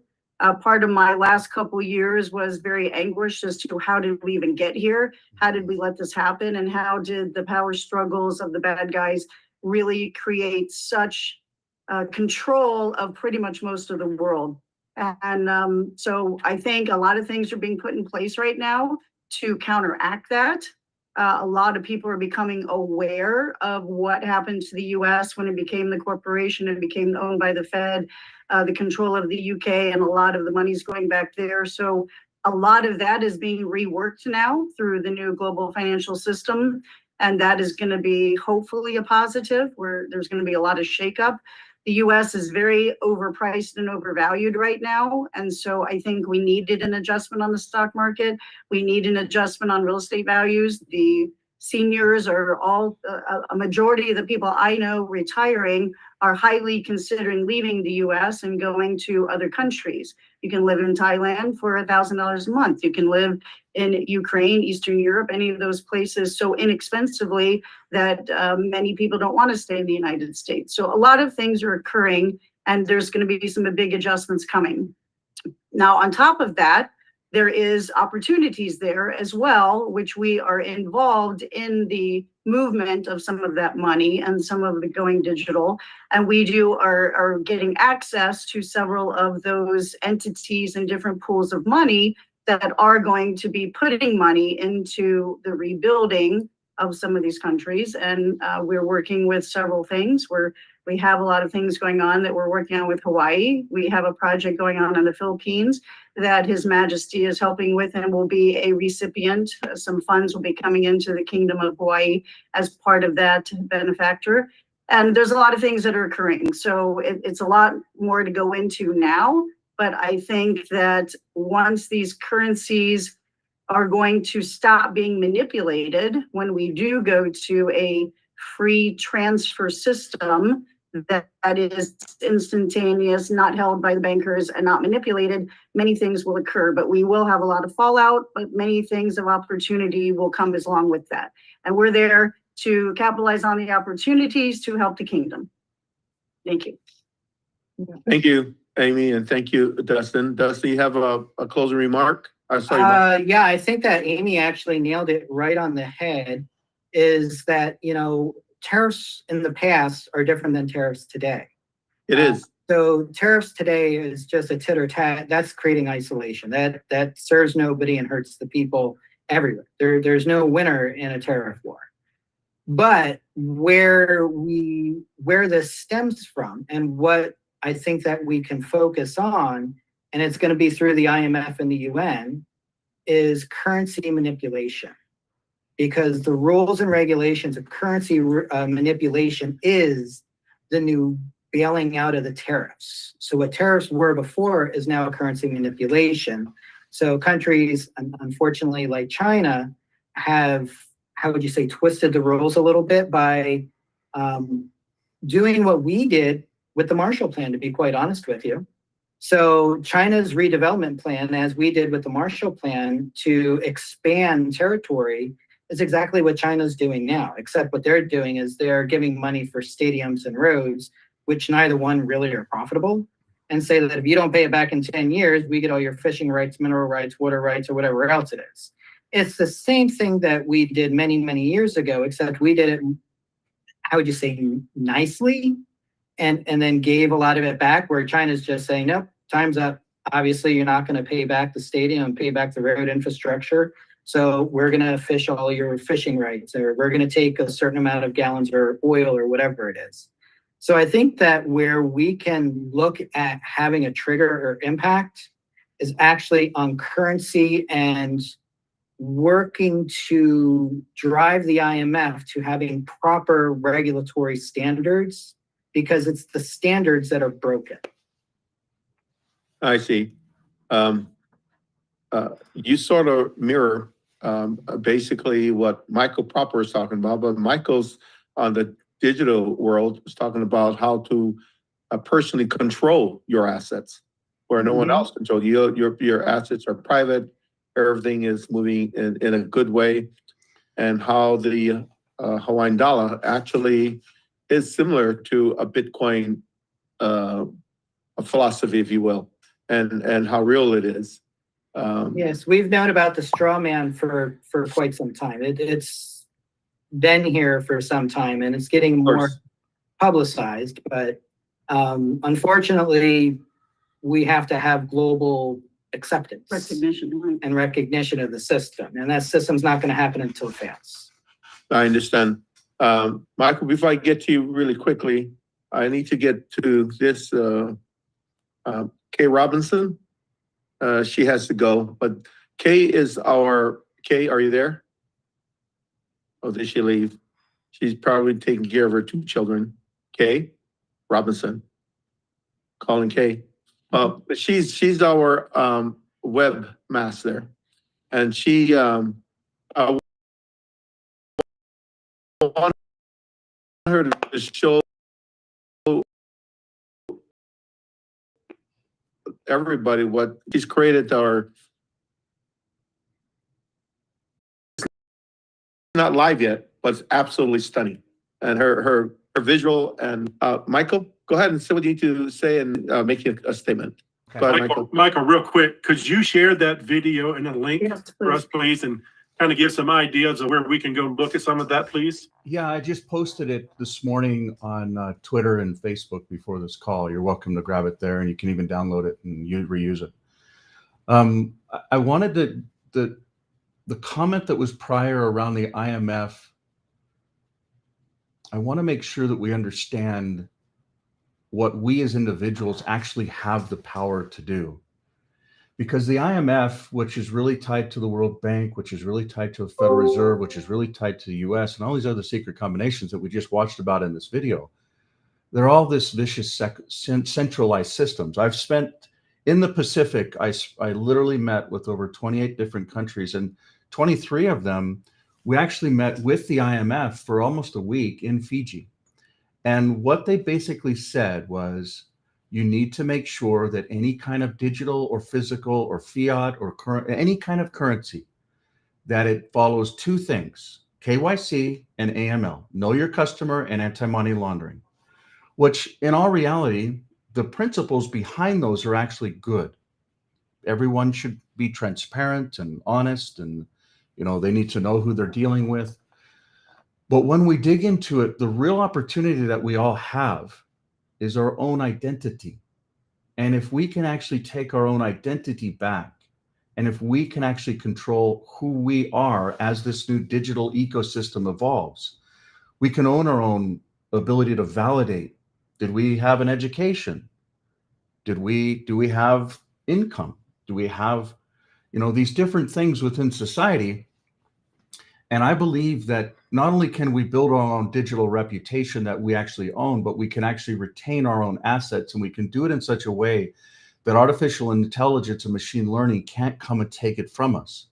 And the identity is where everything starts.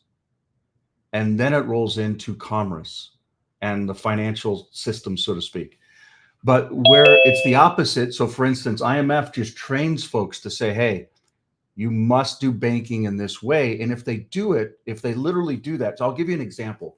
4 countries tried to have adopted Bitcoin as their standard currency. And the way that they did it was they just made they passed legislation. Next thing you know, they don't have their own currency because it's worthless. So they're using Bitcoin. And then they started figuring out, oh, this doesn't transfer in real time. So they start layering on top of it what's called the Lightning Network, which is basically funded by banks and by Visa and by Visa Foundation. And what it does is it takes the name of the individual, the date of birth of the individual, and one other identifier like an address or a phone number. And then it links it to their public Bitcoin key. And in effect, what it's done is it's centralized decentralization. So in all reality, what people thought would set them free actually enslaved them. Redial. And the point here is we can actually truly be free if we take our own identity back, and which means we have to start building up our own ability to get what we call credit, or our reputation has to be a certain point where we know that we actually can operate within this facility. So we as individuals have to add value, then be able to transfer that value through a form of payment or reputation that can build a parallel system to the existing centralized systems. You may be aware of them with like Equifax and TransUnion and Experian and Fannie Mae and Freddie Mac and all those systems that really drives the economic engines primarily around housing. And that's what the collapse of 2007 and 2008 was. But when we look at what's going to happen in the future, we literally just have the opportunity to stand up as an individual, get our own decentralized identity, and then basically provide some form of value. It could literally be just growing sunflower seeds or growing mangoes or growing avocados or some form of fishing, or there is massive abundance around us. And some people are saying, you know what, that sounds good. That's on the islands, but I'm not there. I would argue that we all live next to some soil, and we can say, you know what, maybe we live in a season that's not realistic. And that's why different populations move around the earth in different ways. And I believe why the Pacific is such a valuable and important part of the world. It's half of the earth. You think that oxygen comes from trees. It comes from actually the oceans when we talk about the stuff that's inside of them. Is this beautiful circle. So all I'm trying to say is it's not a centralized system or organization that we need to convince. We already have the ability to be free. It's what we choose to register in or to license in or to permit in. We don't have to do it within a jurisdiction that we're locked into. I would urge you to go and look at how is your vehicle registered? How is your license from a marriage standpoint or a birth certificate, or, you know, how is your... Michael, 1 second, please. I'm sorry. Go ahead. I need to bring Kay in while she has power to finish her presentation. Hold that thought real quick. Kay, are you there now? Yes, aloha, Your Majesty. Aloha, go ahead. Yes, I just got disconnected for a quick second. I don't know what happened. We have a storm out here in Texas, so, yes. So, Your Majesty has brought to my attention, you know, some things that need to be a little more user-friendly when it comes to the website. And I know, of course, some of you have had concerns about the usage of the website as well. So I've actually gone through and I'm in the process of moving our website to another platform that'll be much easier to navigate as well. As of now, nothing is blocked or has moved, so you're able to access whatever needs to be accessed on the website. I've checked on my back end, but I also checked on the front end as if I were to go on the site as a first-time user. So everything is still available to you on the site now. But there will be some more improvements as far as the registration, like forms and stuff like that. We're going to be moving it to one area, like a portal. So everyone will have access to whatever forms need to be accessed, especially our decrees, things of that nature. Also, if I could, let me see. I want to give you guys a preview of what is being worked on. Also, another thing that we will do as soon as the new site launches, well, before it launches, we will need to have professional headshots and also your professional position here in the cabinet. That way it could be displayed on the website. So everyone, you won't have a personal page per se, if that makes any sense. It will be presented as if, you know how someone is looking for staff on, you know, on a site or anything. So let me go ahead and show you guys what we have. Let me see.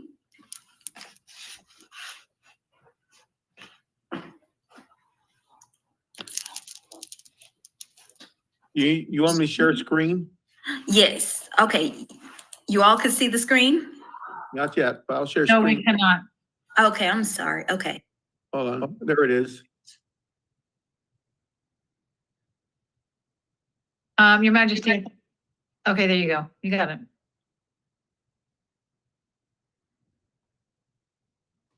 When she shares, she has to. You're share- muted, Kay. When she shares, she has to just share a tab if her video or audio is going to come through. I think that there's too much going on for the bandwidth. Kay, you're muted. Can you unmute yourself so I can hear you? If she shares her screen in just a tab, her audio will come through.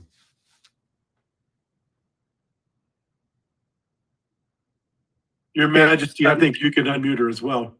I cannot hear you, Kay. Okay, can you hear me? I actually stopped sharing. Let me see. Can you stream the new site that I would like them to see that. Looks like a movie. Yes, I definitely can. Let me see. Okay, if I can do this.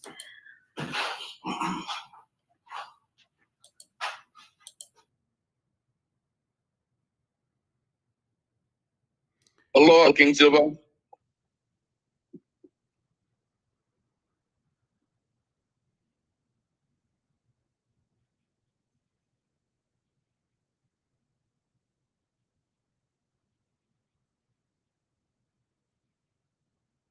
You had it up for a moment. Okay, can you all hear me now? I was trying to get it to unmute. Yes. Okay, here we are. All right, this is the new site. So once you enter in, can you all see the new site? Yes. Okay, so when you enter in, so this is what it's looking like. Everything is a little more cleaner.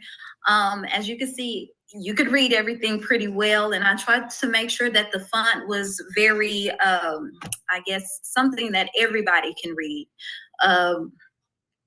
as far as legibly read. But this is how it opens up. Usually it's moving.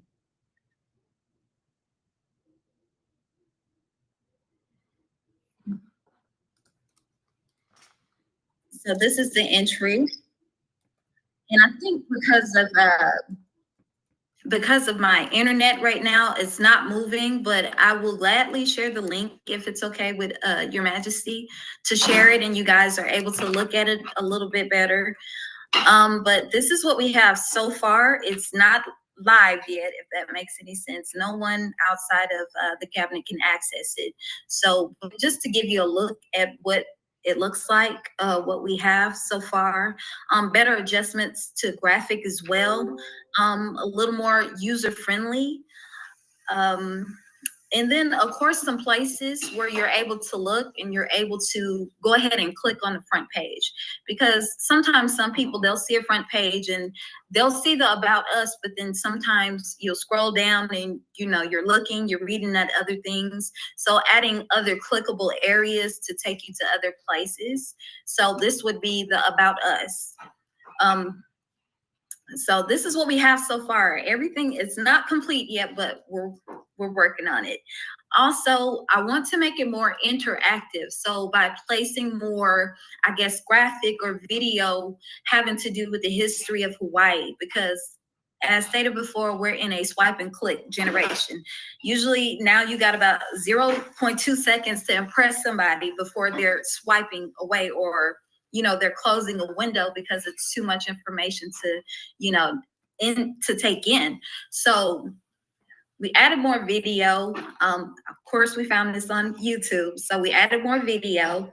So it's easier for people to say, you know what, I don't want to read. Let me watch this. So this is what we have. Also, we do have a phone number, a contact number, and an email. Right now, as of now, we're sticking with one email for security purposes for right now. I know you all may have some concerns about that, but it'll be addressed a little bit later. But this is the official email that we do have and that we're using for the moment, and the phone number as well. Also, anyone that happens to stumble across this site, or anybody that you know that you want to share it with, they'll be able to subscribe and get exclusive updates. You know, like if there's any meetings that we're having, anybody that that wants to know about it, or a new artifact, anything pertaining to Hawaiian history or something that we didn't know about Hawaii, we're able to share that with the masses through this site. So, and also, of course, the king, definitely, he's going to have his own page. But within this page, we're definitely going to be adding things like ancestral information, but it just,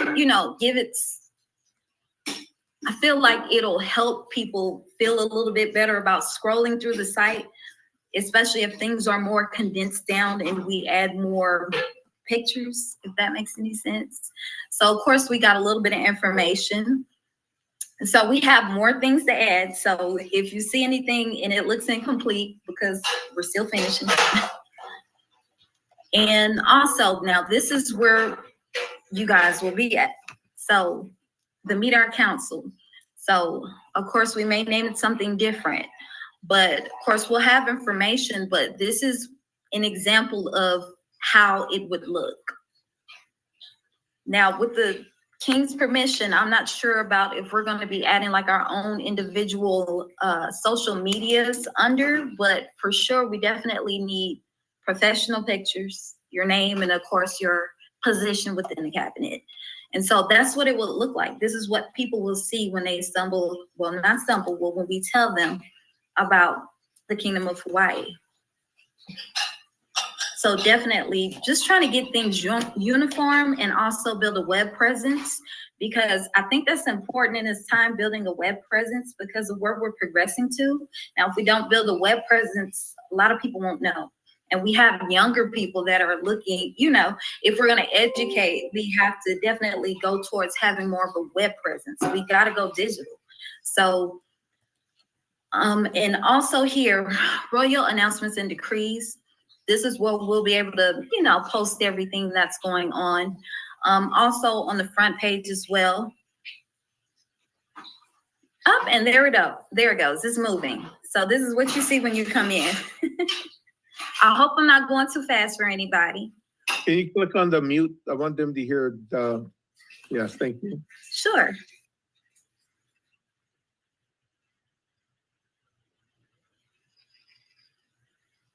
We probably can't hear it because of the bandwidth. Okay.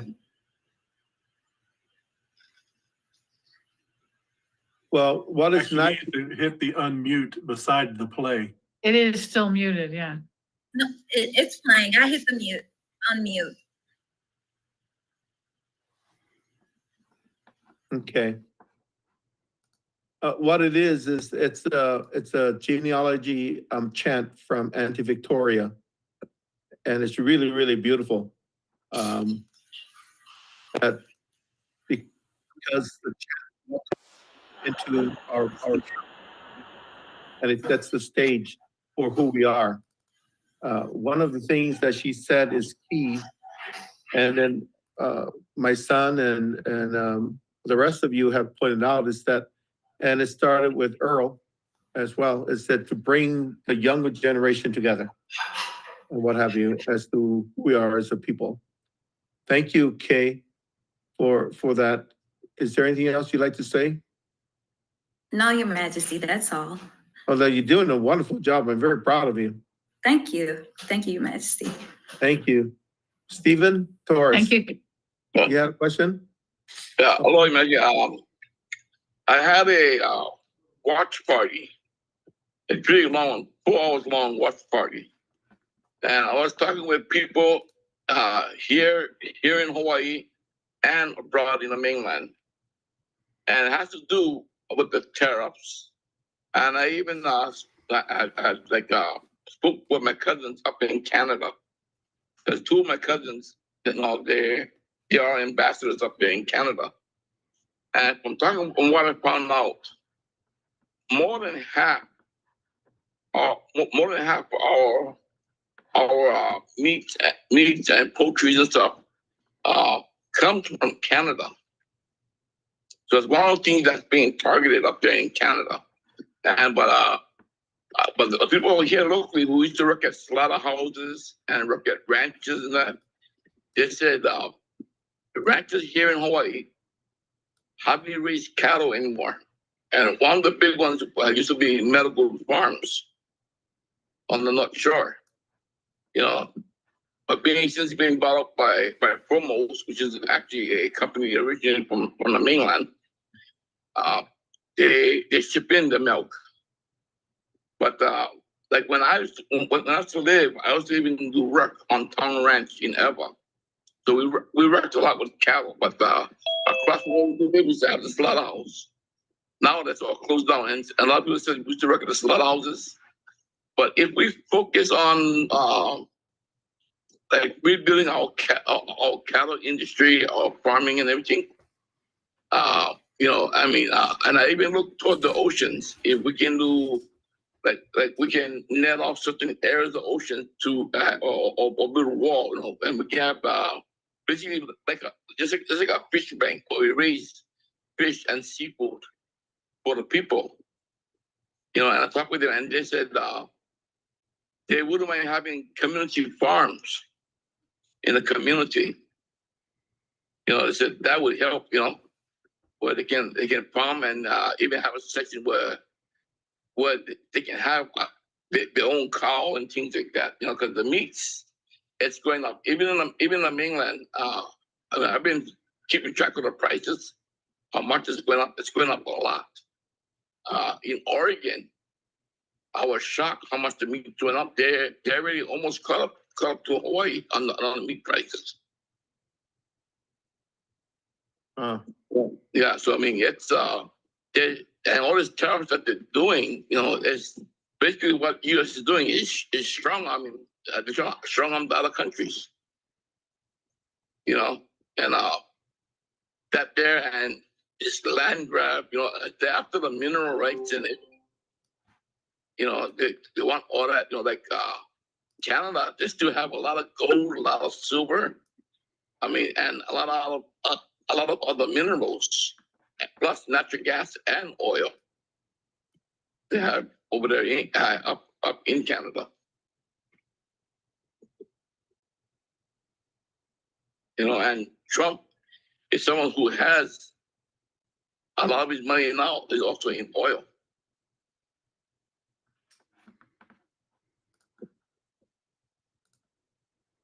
Thank you, Steve. Barbara, can you give your what's going on with the Treasury, please? Yes, Your Majesty, I can. Aloha, everyone. Aloha. All right. First, I'd like to say something about the general conversation that we've been having, because there are issues that have not been brought up. And I think that when we put things in perspective, and the reason, as everybody's noted, that Donald Trump is the master of this upset in taking people in a way that he controls the narrative, and he's doing so through the tariffs.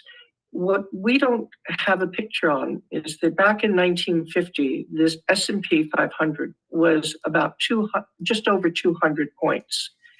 In the 1990s, it was around 1,400 points. Today, it's over 5,000, and even taking a 2,000 hit, it did not affect the general S&P, but everybody wants to be moved by the media, and they say, oh, it's affecting the pensions, but you see it bounce back. This is because a lot of the S&P and all of the buying and selling in stocks now are handled by computer systems that are evaluating the flux of the market and reacting thusly. So we're in a place where looking at the debt that we are in, and looking at the gross domestic product, which we had very little going out, we were really in a bad position that where we were flirting with bankruptcy. And I think that these moves and maneuvers just at this time might help us get out of this. And I think that we are really tackling this in a major way. There are other things going on in the world today. China and Indonesia and parts of Asia today have dropped the SWIFT system as of today. And so they're moving currency in real time. So as SWIFT is dying, and it's going to affect what happens here in the West as well, we're now looking at a whole new system, which we've been talking about and hinting at some points and getting more vocal about between Dustin, Amy, myself, Michael, everyone we're coming together to make these statements to give everybody the sense of what's going on. While Dustin and Amy have been working on bringing in these assets along with Your Majesty and your remarkable work at that, I've been helping build the structure in the background and the relationships in the banks so that we can actually create a fund for ourselves so that we can have ongoing revenue for the kingdom. And that hopefully we can even turn it into an evergreen situation so that we can fund our own governance at that point. So that's what I've been up to. And Your Majesty, any questions? No, thank you. In a nutshell, what our temporary treasurer is saying is that we are actually on target in bringing funds in. The target that they put in place for them may vary from what we think and how long it should take. But everything is in motion. The various trades are in motion. The various all the components have now been put. I guess that's a better way of saying it. Part of the problem we had was the components were not all together. Now now components are, and Barbara can verify this, all the components have now come together. Because it's now come together, you have these various people who have been vetted and checked to be good people, honest people, not crooks. In the banking world, there's a lot of crooks, a lot of bad people.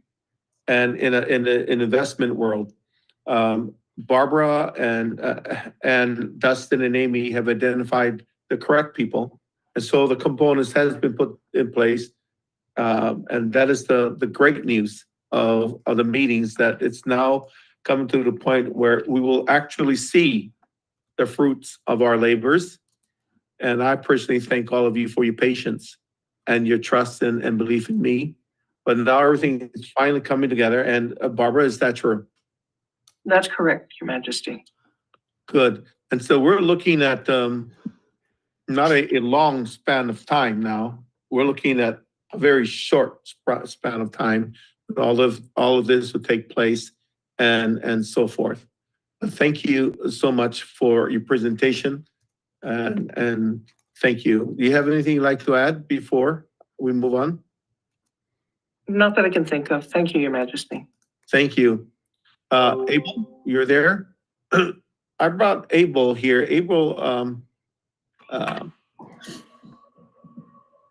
is I've come to know him as a person of vision, a person who sees things and like to be part of something creative, good, that moves everything forward.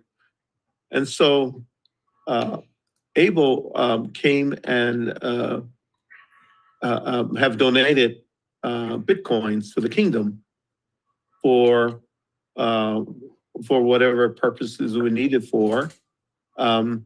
So at this point, we're just vetting these Bitcoins to see if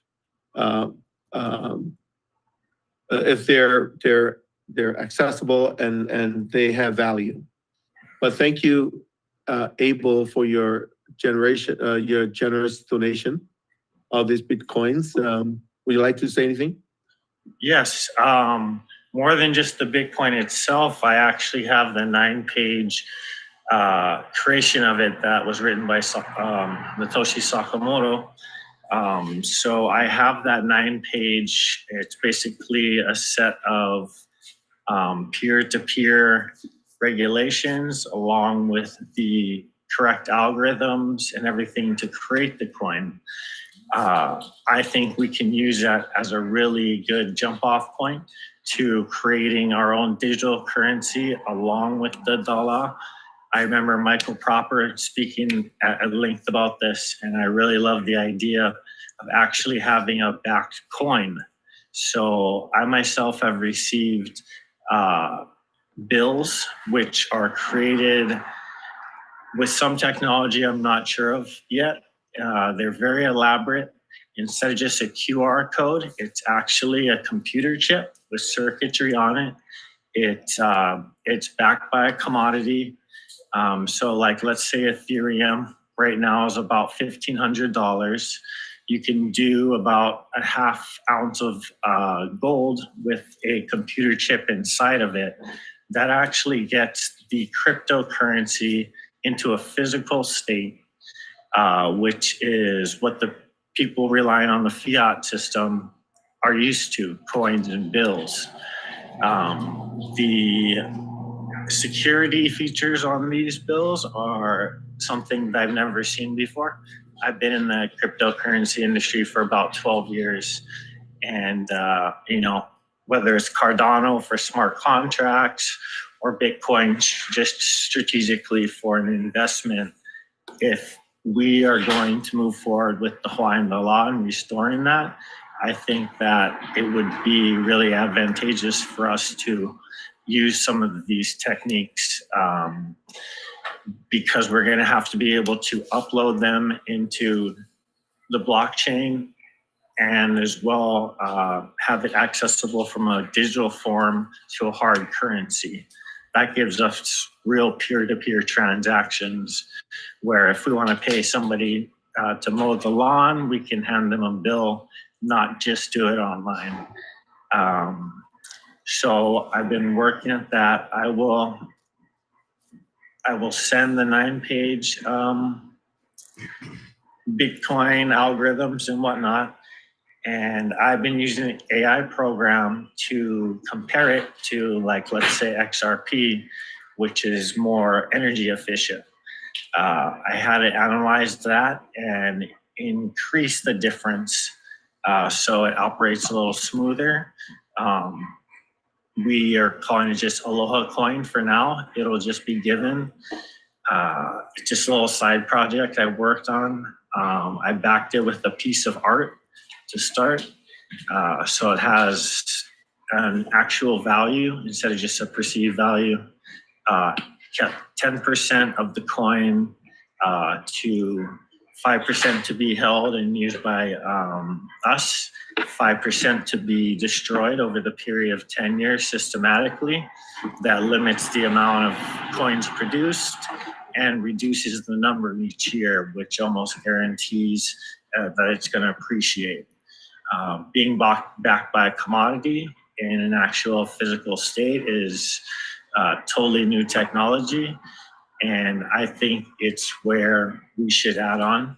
I think Michael Proper, you talked about this the first time, and I've just seen it for the first time issued into the reality. So that's what I've just seen and experienced in the last couple of weeks, and still trying to navigate it as there's a complex code system that has to be accompanied with the physical bill. And then there has to be these, new ATMs that accept the physical bill and are able to read them. So I've only seen that so far with XRP, Bitcoin, Ethereum, and Cardano. Just something I wanted to share and bring to the group, as I think it would be really advantageous for us to have, physical currency as well as digital currency that complements. There you go, Mike. Give me 1 second. I'm going to show you this. 1 second.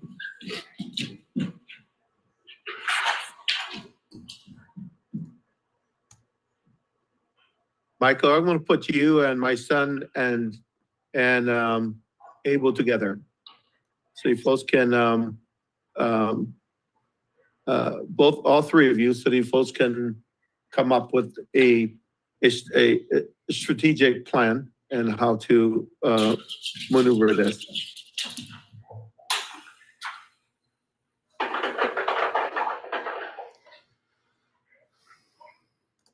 Just so everyone's aware, the Kingdom of Hawaii actually has basically a truly decentralized version of what. Excuse me.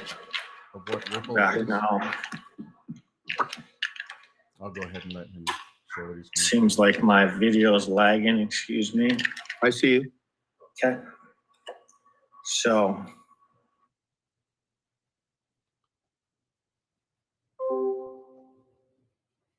He's having computer issues. But as I was about to say, Abel, I'll connect you.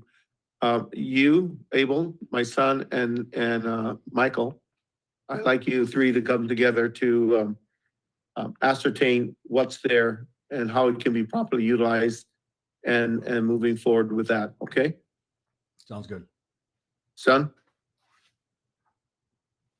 Okay. We've lost him. I don't know how long that will be. There's a couple misconceptions, but I'm happy to work with him to help gain alignment. So, but that's Yes.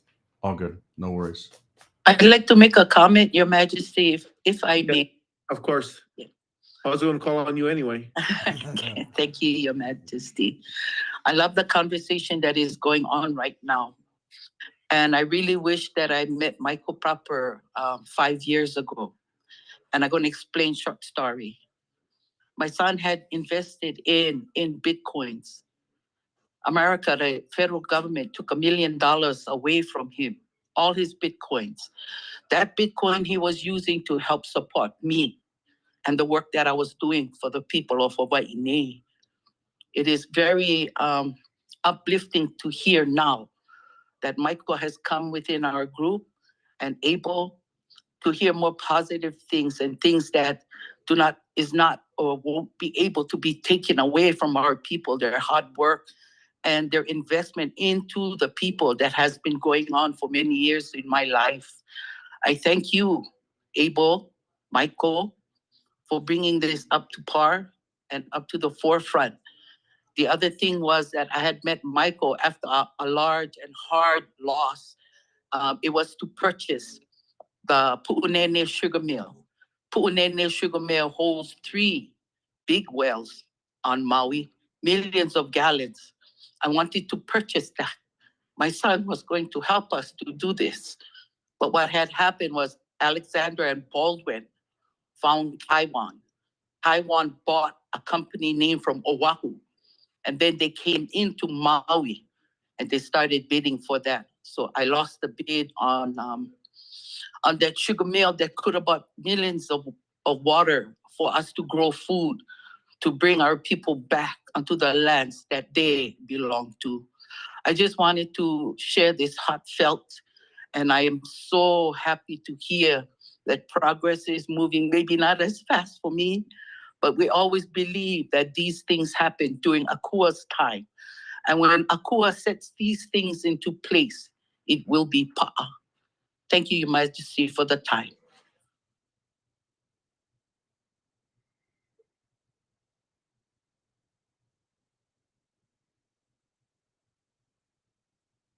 It's good to hear your voice. You're muted. Thank you. I was saying I'm not an expert on these Bitcoins. The only thing I like doing is fishing. I love to fish. That I can do. But as I mentioned, Abel just called me on the phone and saying that he's having problems, technical problems. But he wanted to share the images of the Bitcoins and et cetera that he has. I don't know how to do that on this thing, but we'll find a way eventually. But anyway, again, Kili and Abel and Michael will come together. We'll get all that moving forward.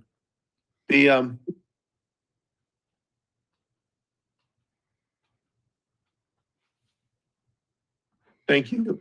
I like to sum up the conversation that I had you folks do regarding tariffs and the wars and et cetera. I'm not a person that like to promote all these stuff, but I like to stay focused and grounded in the things that is coming, and want to share from other leaders I've spoken to regarding the tariffs and what have you. If the Trump administration is talking about reciprocal tariffs, where one pays $1, the other pays $1, you would think that'd be fair because they're being fair and equitable and equal sharing of tariffs.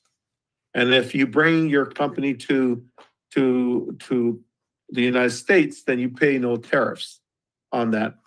Now that sounds logical and it sounds logical.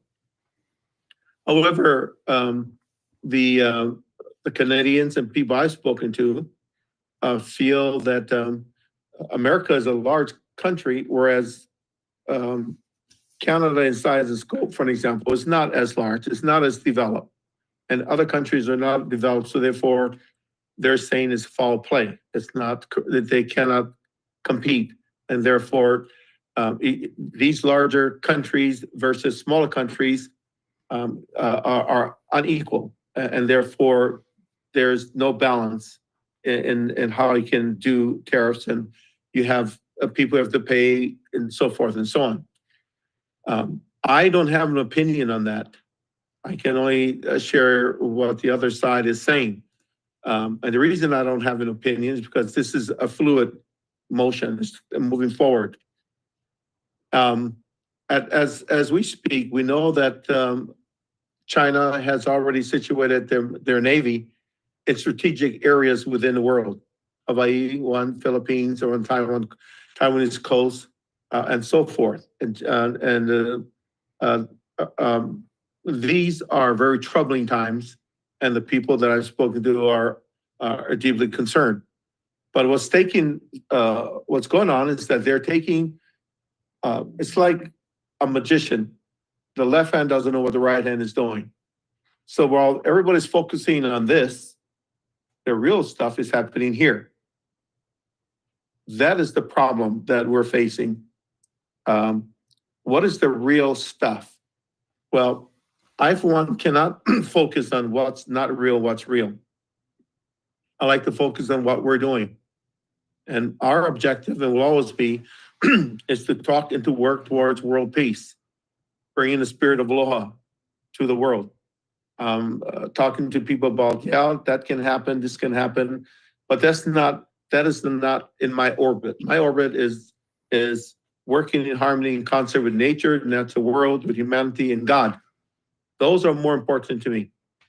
And whereas people are focusing on this and that, that's, in my opinion, is kind of like sleight of hands. So how do you control the masses? Fear. Threat. If you don't follow what I'm saying, you're going to be arrested. The pandemic, for an example. We use the COVID as an example. Those things. But Polanyi and others were saying is absolutely true. And that is what's lacking. And some of these wars and problems that we're facing is that they have a lot of money. And now they're trying to buy real estate that can grow food and send food back to them, because that seems to be where everybody's going to, some of these countries that I've spoken with. But if you control food, you control society. You can control everything. Because without food, you have an issue. I believe fasting is good, that is true. But you only can fast for 3-4 days at most. But you still have to eat. You still have to grow your food. You still have to have all this necessity. So to sum up this, having spoke to them, the striking thing that keeps coming back, I'm gonna get my notes. The thing that comes back is the economy. It goes back to food, not so much the Bitcoins, the gold, and et cetera. It's not that one country wants to control the rare earth metals, but that we know that it's not all true. There's always a hidden agenda behind all things. Nothing is what it appears to be. And so I need for all of you to be cautious and to look at things with a broader eyes, to look at things with objectiveness in your mind, but also with clear, a clear research on making sure that what you're seeing is your truth, not what someone wants to tell you is their truth. Is your truth because you vet it, you understand it, and what have you. I don't want to say fear, but those of you who have contacted me regarding what's going on, all this terrorism, et cetera, I caution you to look at it carefully and don't put any fear there. There's no need to have any kind of fear. As I mentioned earlier, nothing is permanent anyway. Your life isn't permanent. Everything is just temporary. Being on earth is temporary. Tomorrow we're gone, possibly. All we can do is what we know today. Focus on peace, as Barbara and everybody else working on, and getting salaries to everybody, focusing on building the peace center, focusing on the medical hospital, focusing on the things that produces aloha. That is what the kingdom stands for, is producing aloha. And about a month ago, I asked you folks, what is aloha? And I got different responses, and that's all good. But aloha means to look at the spirit, that the divine spirit inside of the other person. That is what aloha really means, is looking for that divine spirit in the other person. Not hello, goodbye. That's all make-believe stuff. That is not who we are. When I look at you, I see the divine person. That's who I see, the divine person. And it is that divinity that I am communicating with. That is what I'm communicating with. Not the hello, goodbye, all that nonsense. But how I grew up, and I wasn't in an ideal home life. We all had our problems, we all had our challenges, but we also had our parents, our kupunas, to guide us. But if you listen past all the noise, I promise you, you'll grow and you'll learn. But the nice thing about the word aloha is finding that divinity. That's who we are. That's what I want you all to know. So when you guys use aloha and we talk to anybody, you're looking at the divine spirit of that person you're talking to. And they will see yours. And then you have aloha. And you have that ha, that breath. Because now you have that, I don't see nothing else but the divine spirit. Why? Because that's the pure spirit. The flesh is not so pure. The divine spirit is. And I can testify to that truth. So I thank all of you for today.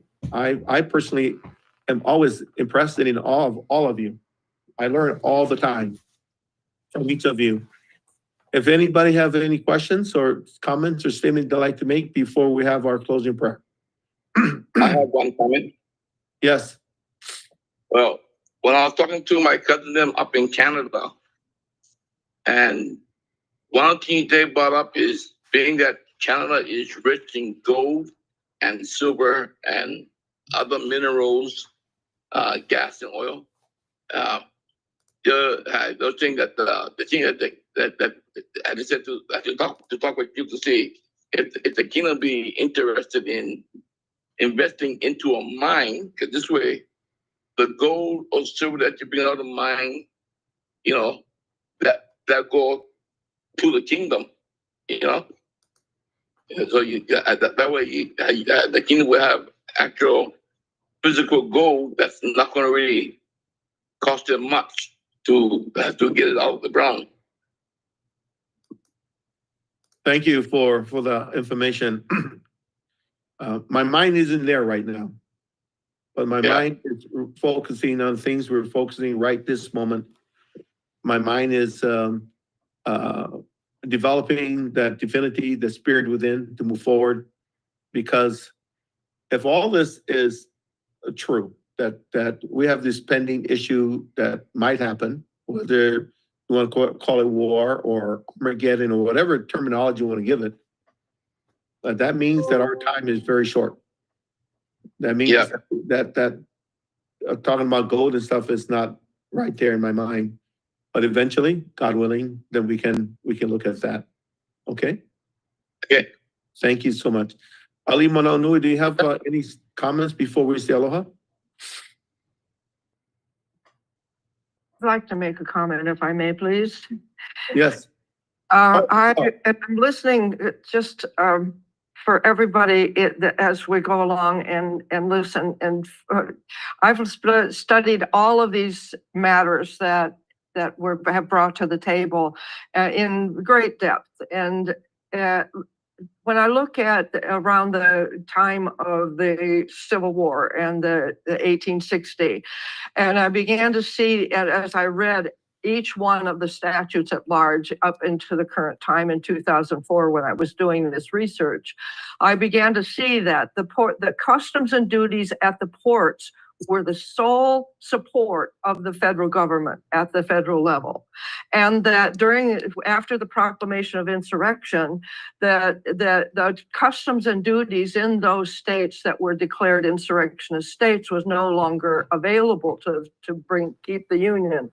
So what happened was they laid taxes on those insurrection states that were then passed down as property taxes and then later as income taxes. So what we're actually seeing is not a war, it's a parasite cleanse. We're cleansing the planet from the parasite of commerce, from the parasite of our indoctrination. We're what I call third generation trained ignorant. We have been taught through what's called the silent weapons for quiet wars. We think and we speak in war language. You see that more and more across the board. And I listened to a video just this week where a woman was talking about her guides were saying that in history, we lived 80% spiritual life and 20% in the physical world.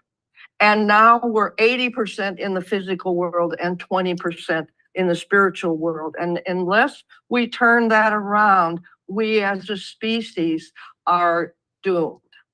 And what I've been listening to is all of the physical, all the pride, which in some spiritual languages is a deadly sin.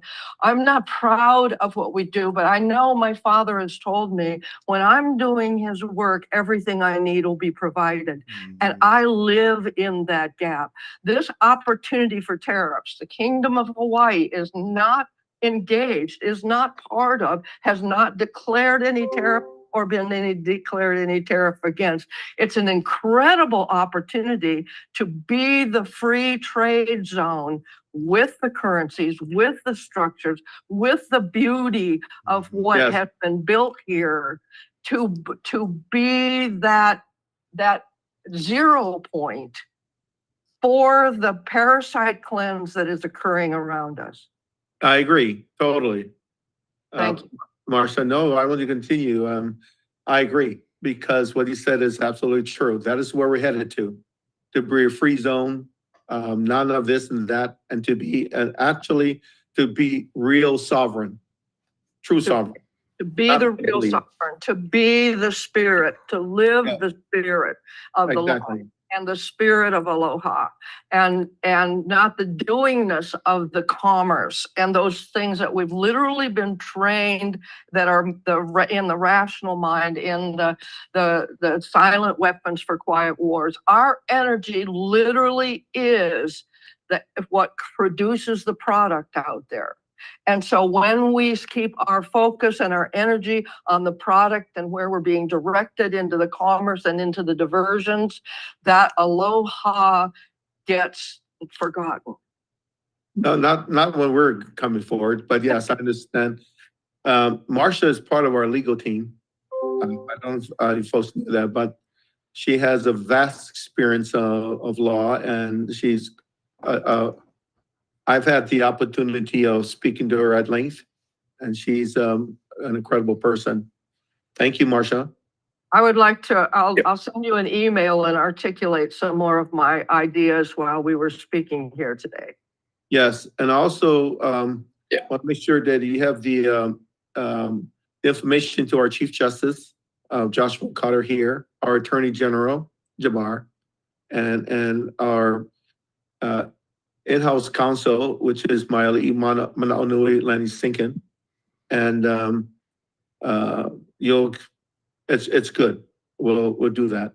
Thank you, Marcia. And for my own clarification, this meeting happens every Saturday, Every 2 Saturdays. every 2 Saturdays. We didn't have it last time because I had a meeting and I was informed every 2 Saturdays. Thank you. Thank you, everyone. We're running out of time here, so Your Majesty, can I just say a few words? yes. Yes. The importance of all the things that are happening now, I think that Hawaii has a great place in the hope of the world. I think that you yourself can portray that hope. And I think that this can be done very simply. I've listened to all the voices here today, and I want to say that we are all talking the same story, and to use one word, the word is sustainability. Okay? And self-sustainability as the forefront of what the kingdom should be doing on a day-to-day basis, even with the currency issue. The self-sufficiency of your own currency also very important and critical for where you're going. But as you yourself just mentioned a few moments ago, your sustainability in food. And this is something, as you will know, my own business is very critical about globally, not at a individual level, but more at a country level. And I think that this must be a focus that the Kingdom of Hawaii and its aloha to the world must be in that example of hope to show the world where you need to be in terms of your own self-sustainability. My island is the only island in the world, little island of Trinidad and Tobago, that provides all the asphalt on the entire planet. I don't know if you knew that, but just to say that even that, the Chinese have tried to exploit, and it's why we are heading to a general election in the next 2 days. Okay? So it's really important for everyone to understand, while we are talking about all the history, critical to know and understand, and all the different things with the currencies, if we are not able as Hawaiians to control our own food, water, and etc. And there are all the technologies available to create that self-sufficiency, even in the oceans, right in front of every single island.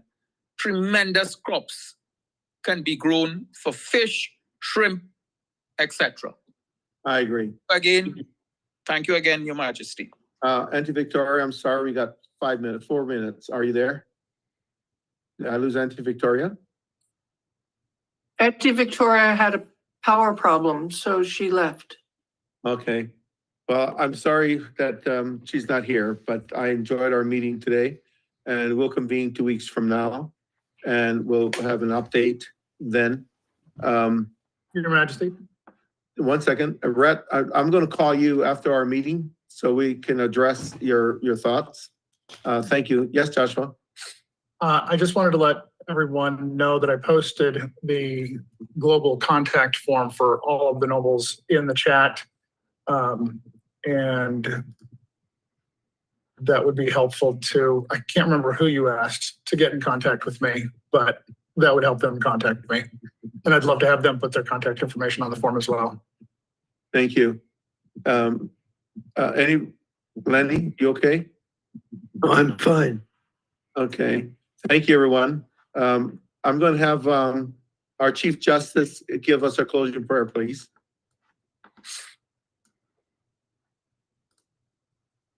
My dear Father, which art in heaven, we come before thee at this time and thank thee so very humbly and graciously and gratefully for the opportunity that we have had to meet as a celestial council with His Highness, the King, over and about the kingdom of Hawaii. Father, we pray and ask that thy spirit will attend us as we go about our various duties and obligations and work to bring to pass and fruition in its fullness the kingdom of Hawaii. That we will be guided, led, and directed in wisdom to know how to navigate the difficult political and other difficult waters in the world, to position the kingdom of Hawaii in the place that it needs to be placed for the peace and aloha of the world. Father, we are truly grateful for the opportunity to be here, that we've been given the opportunity to take part in this work.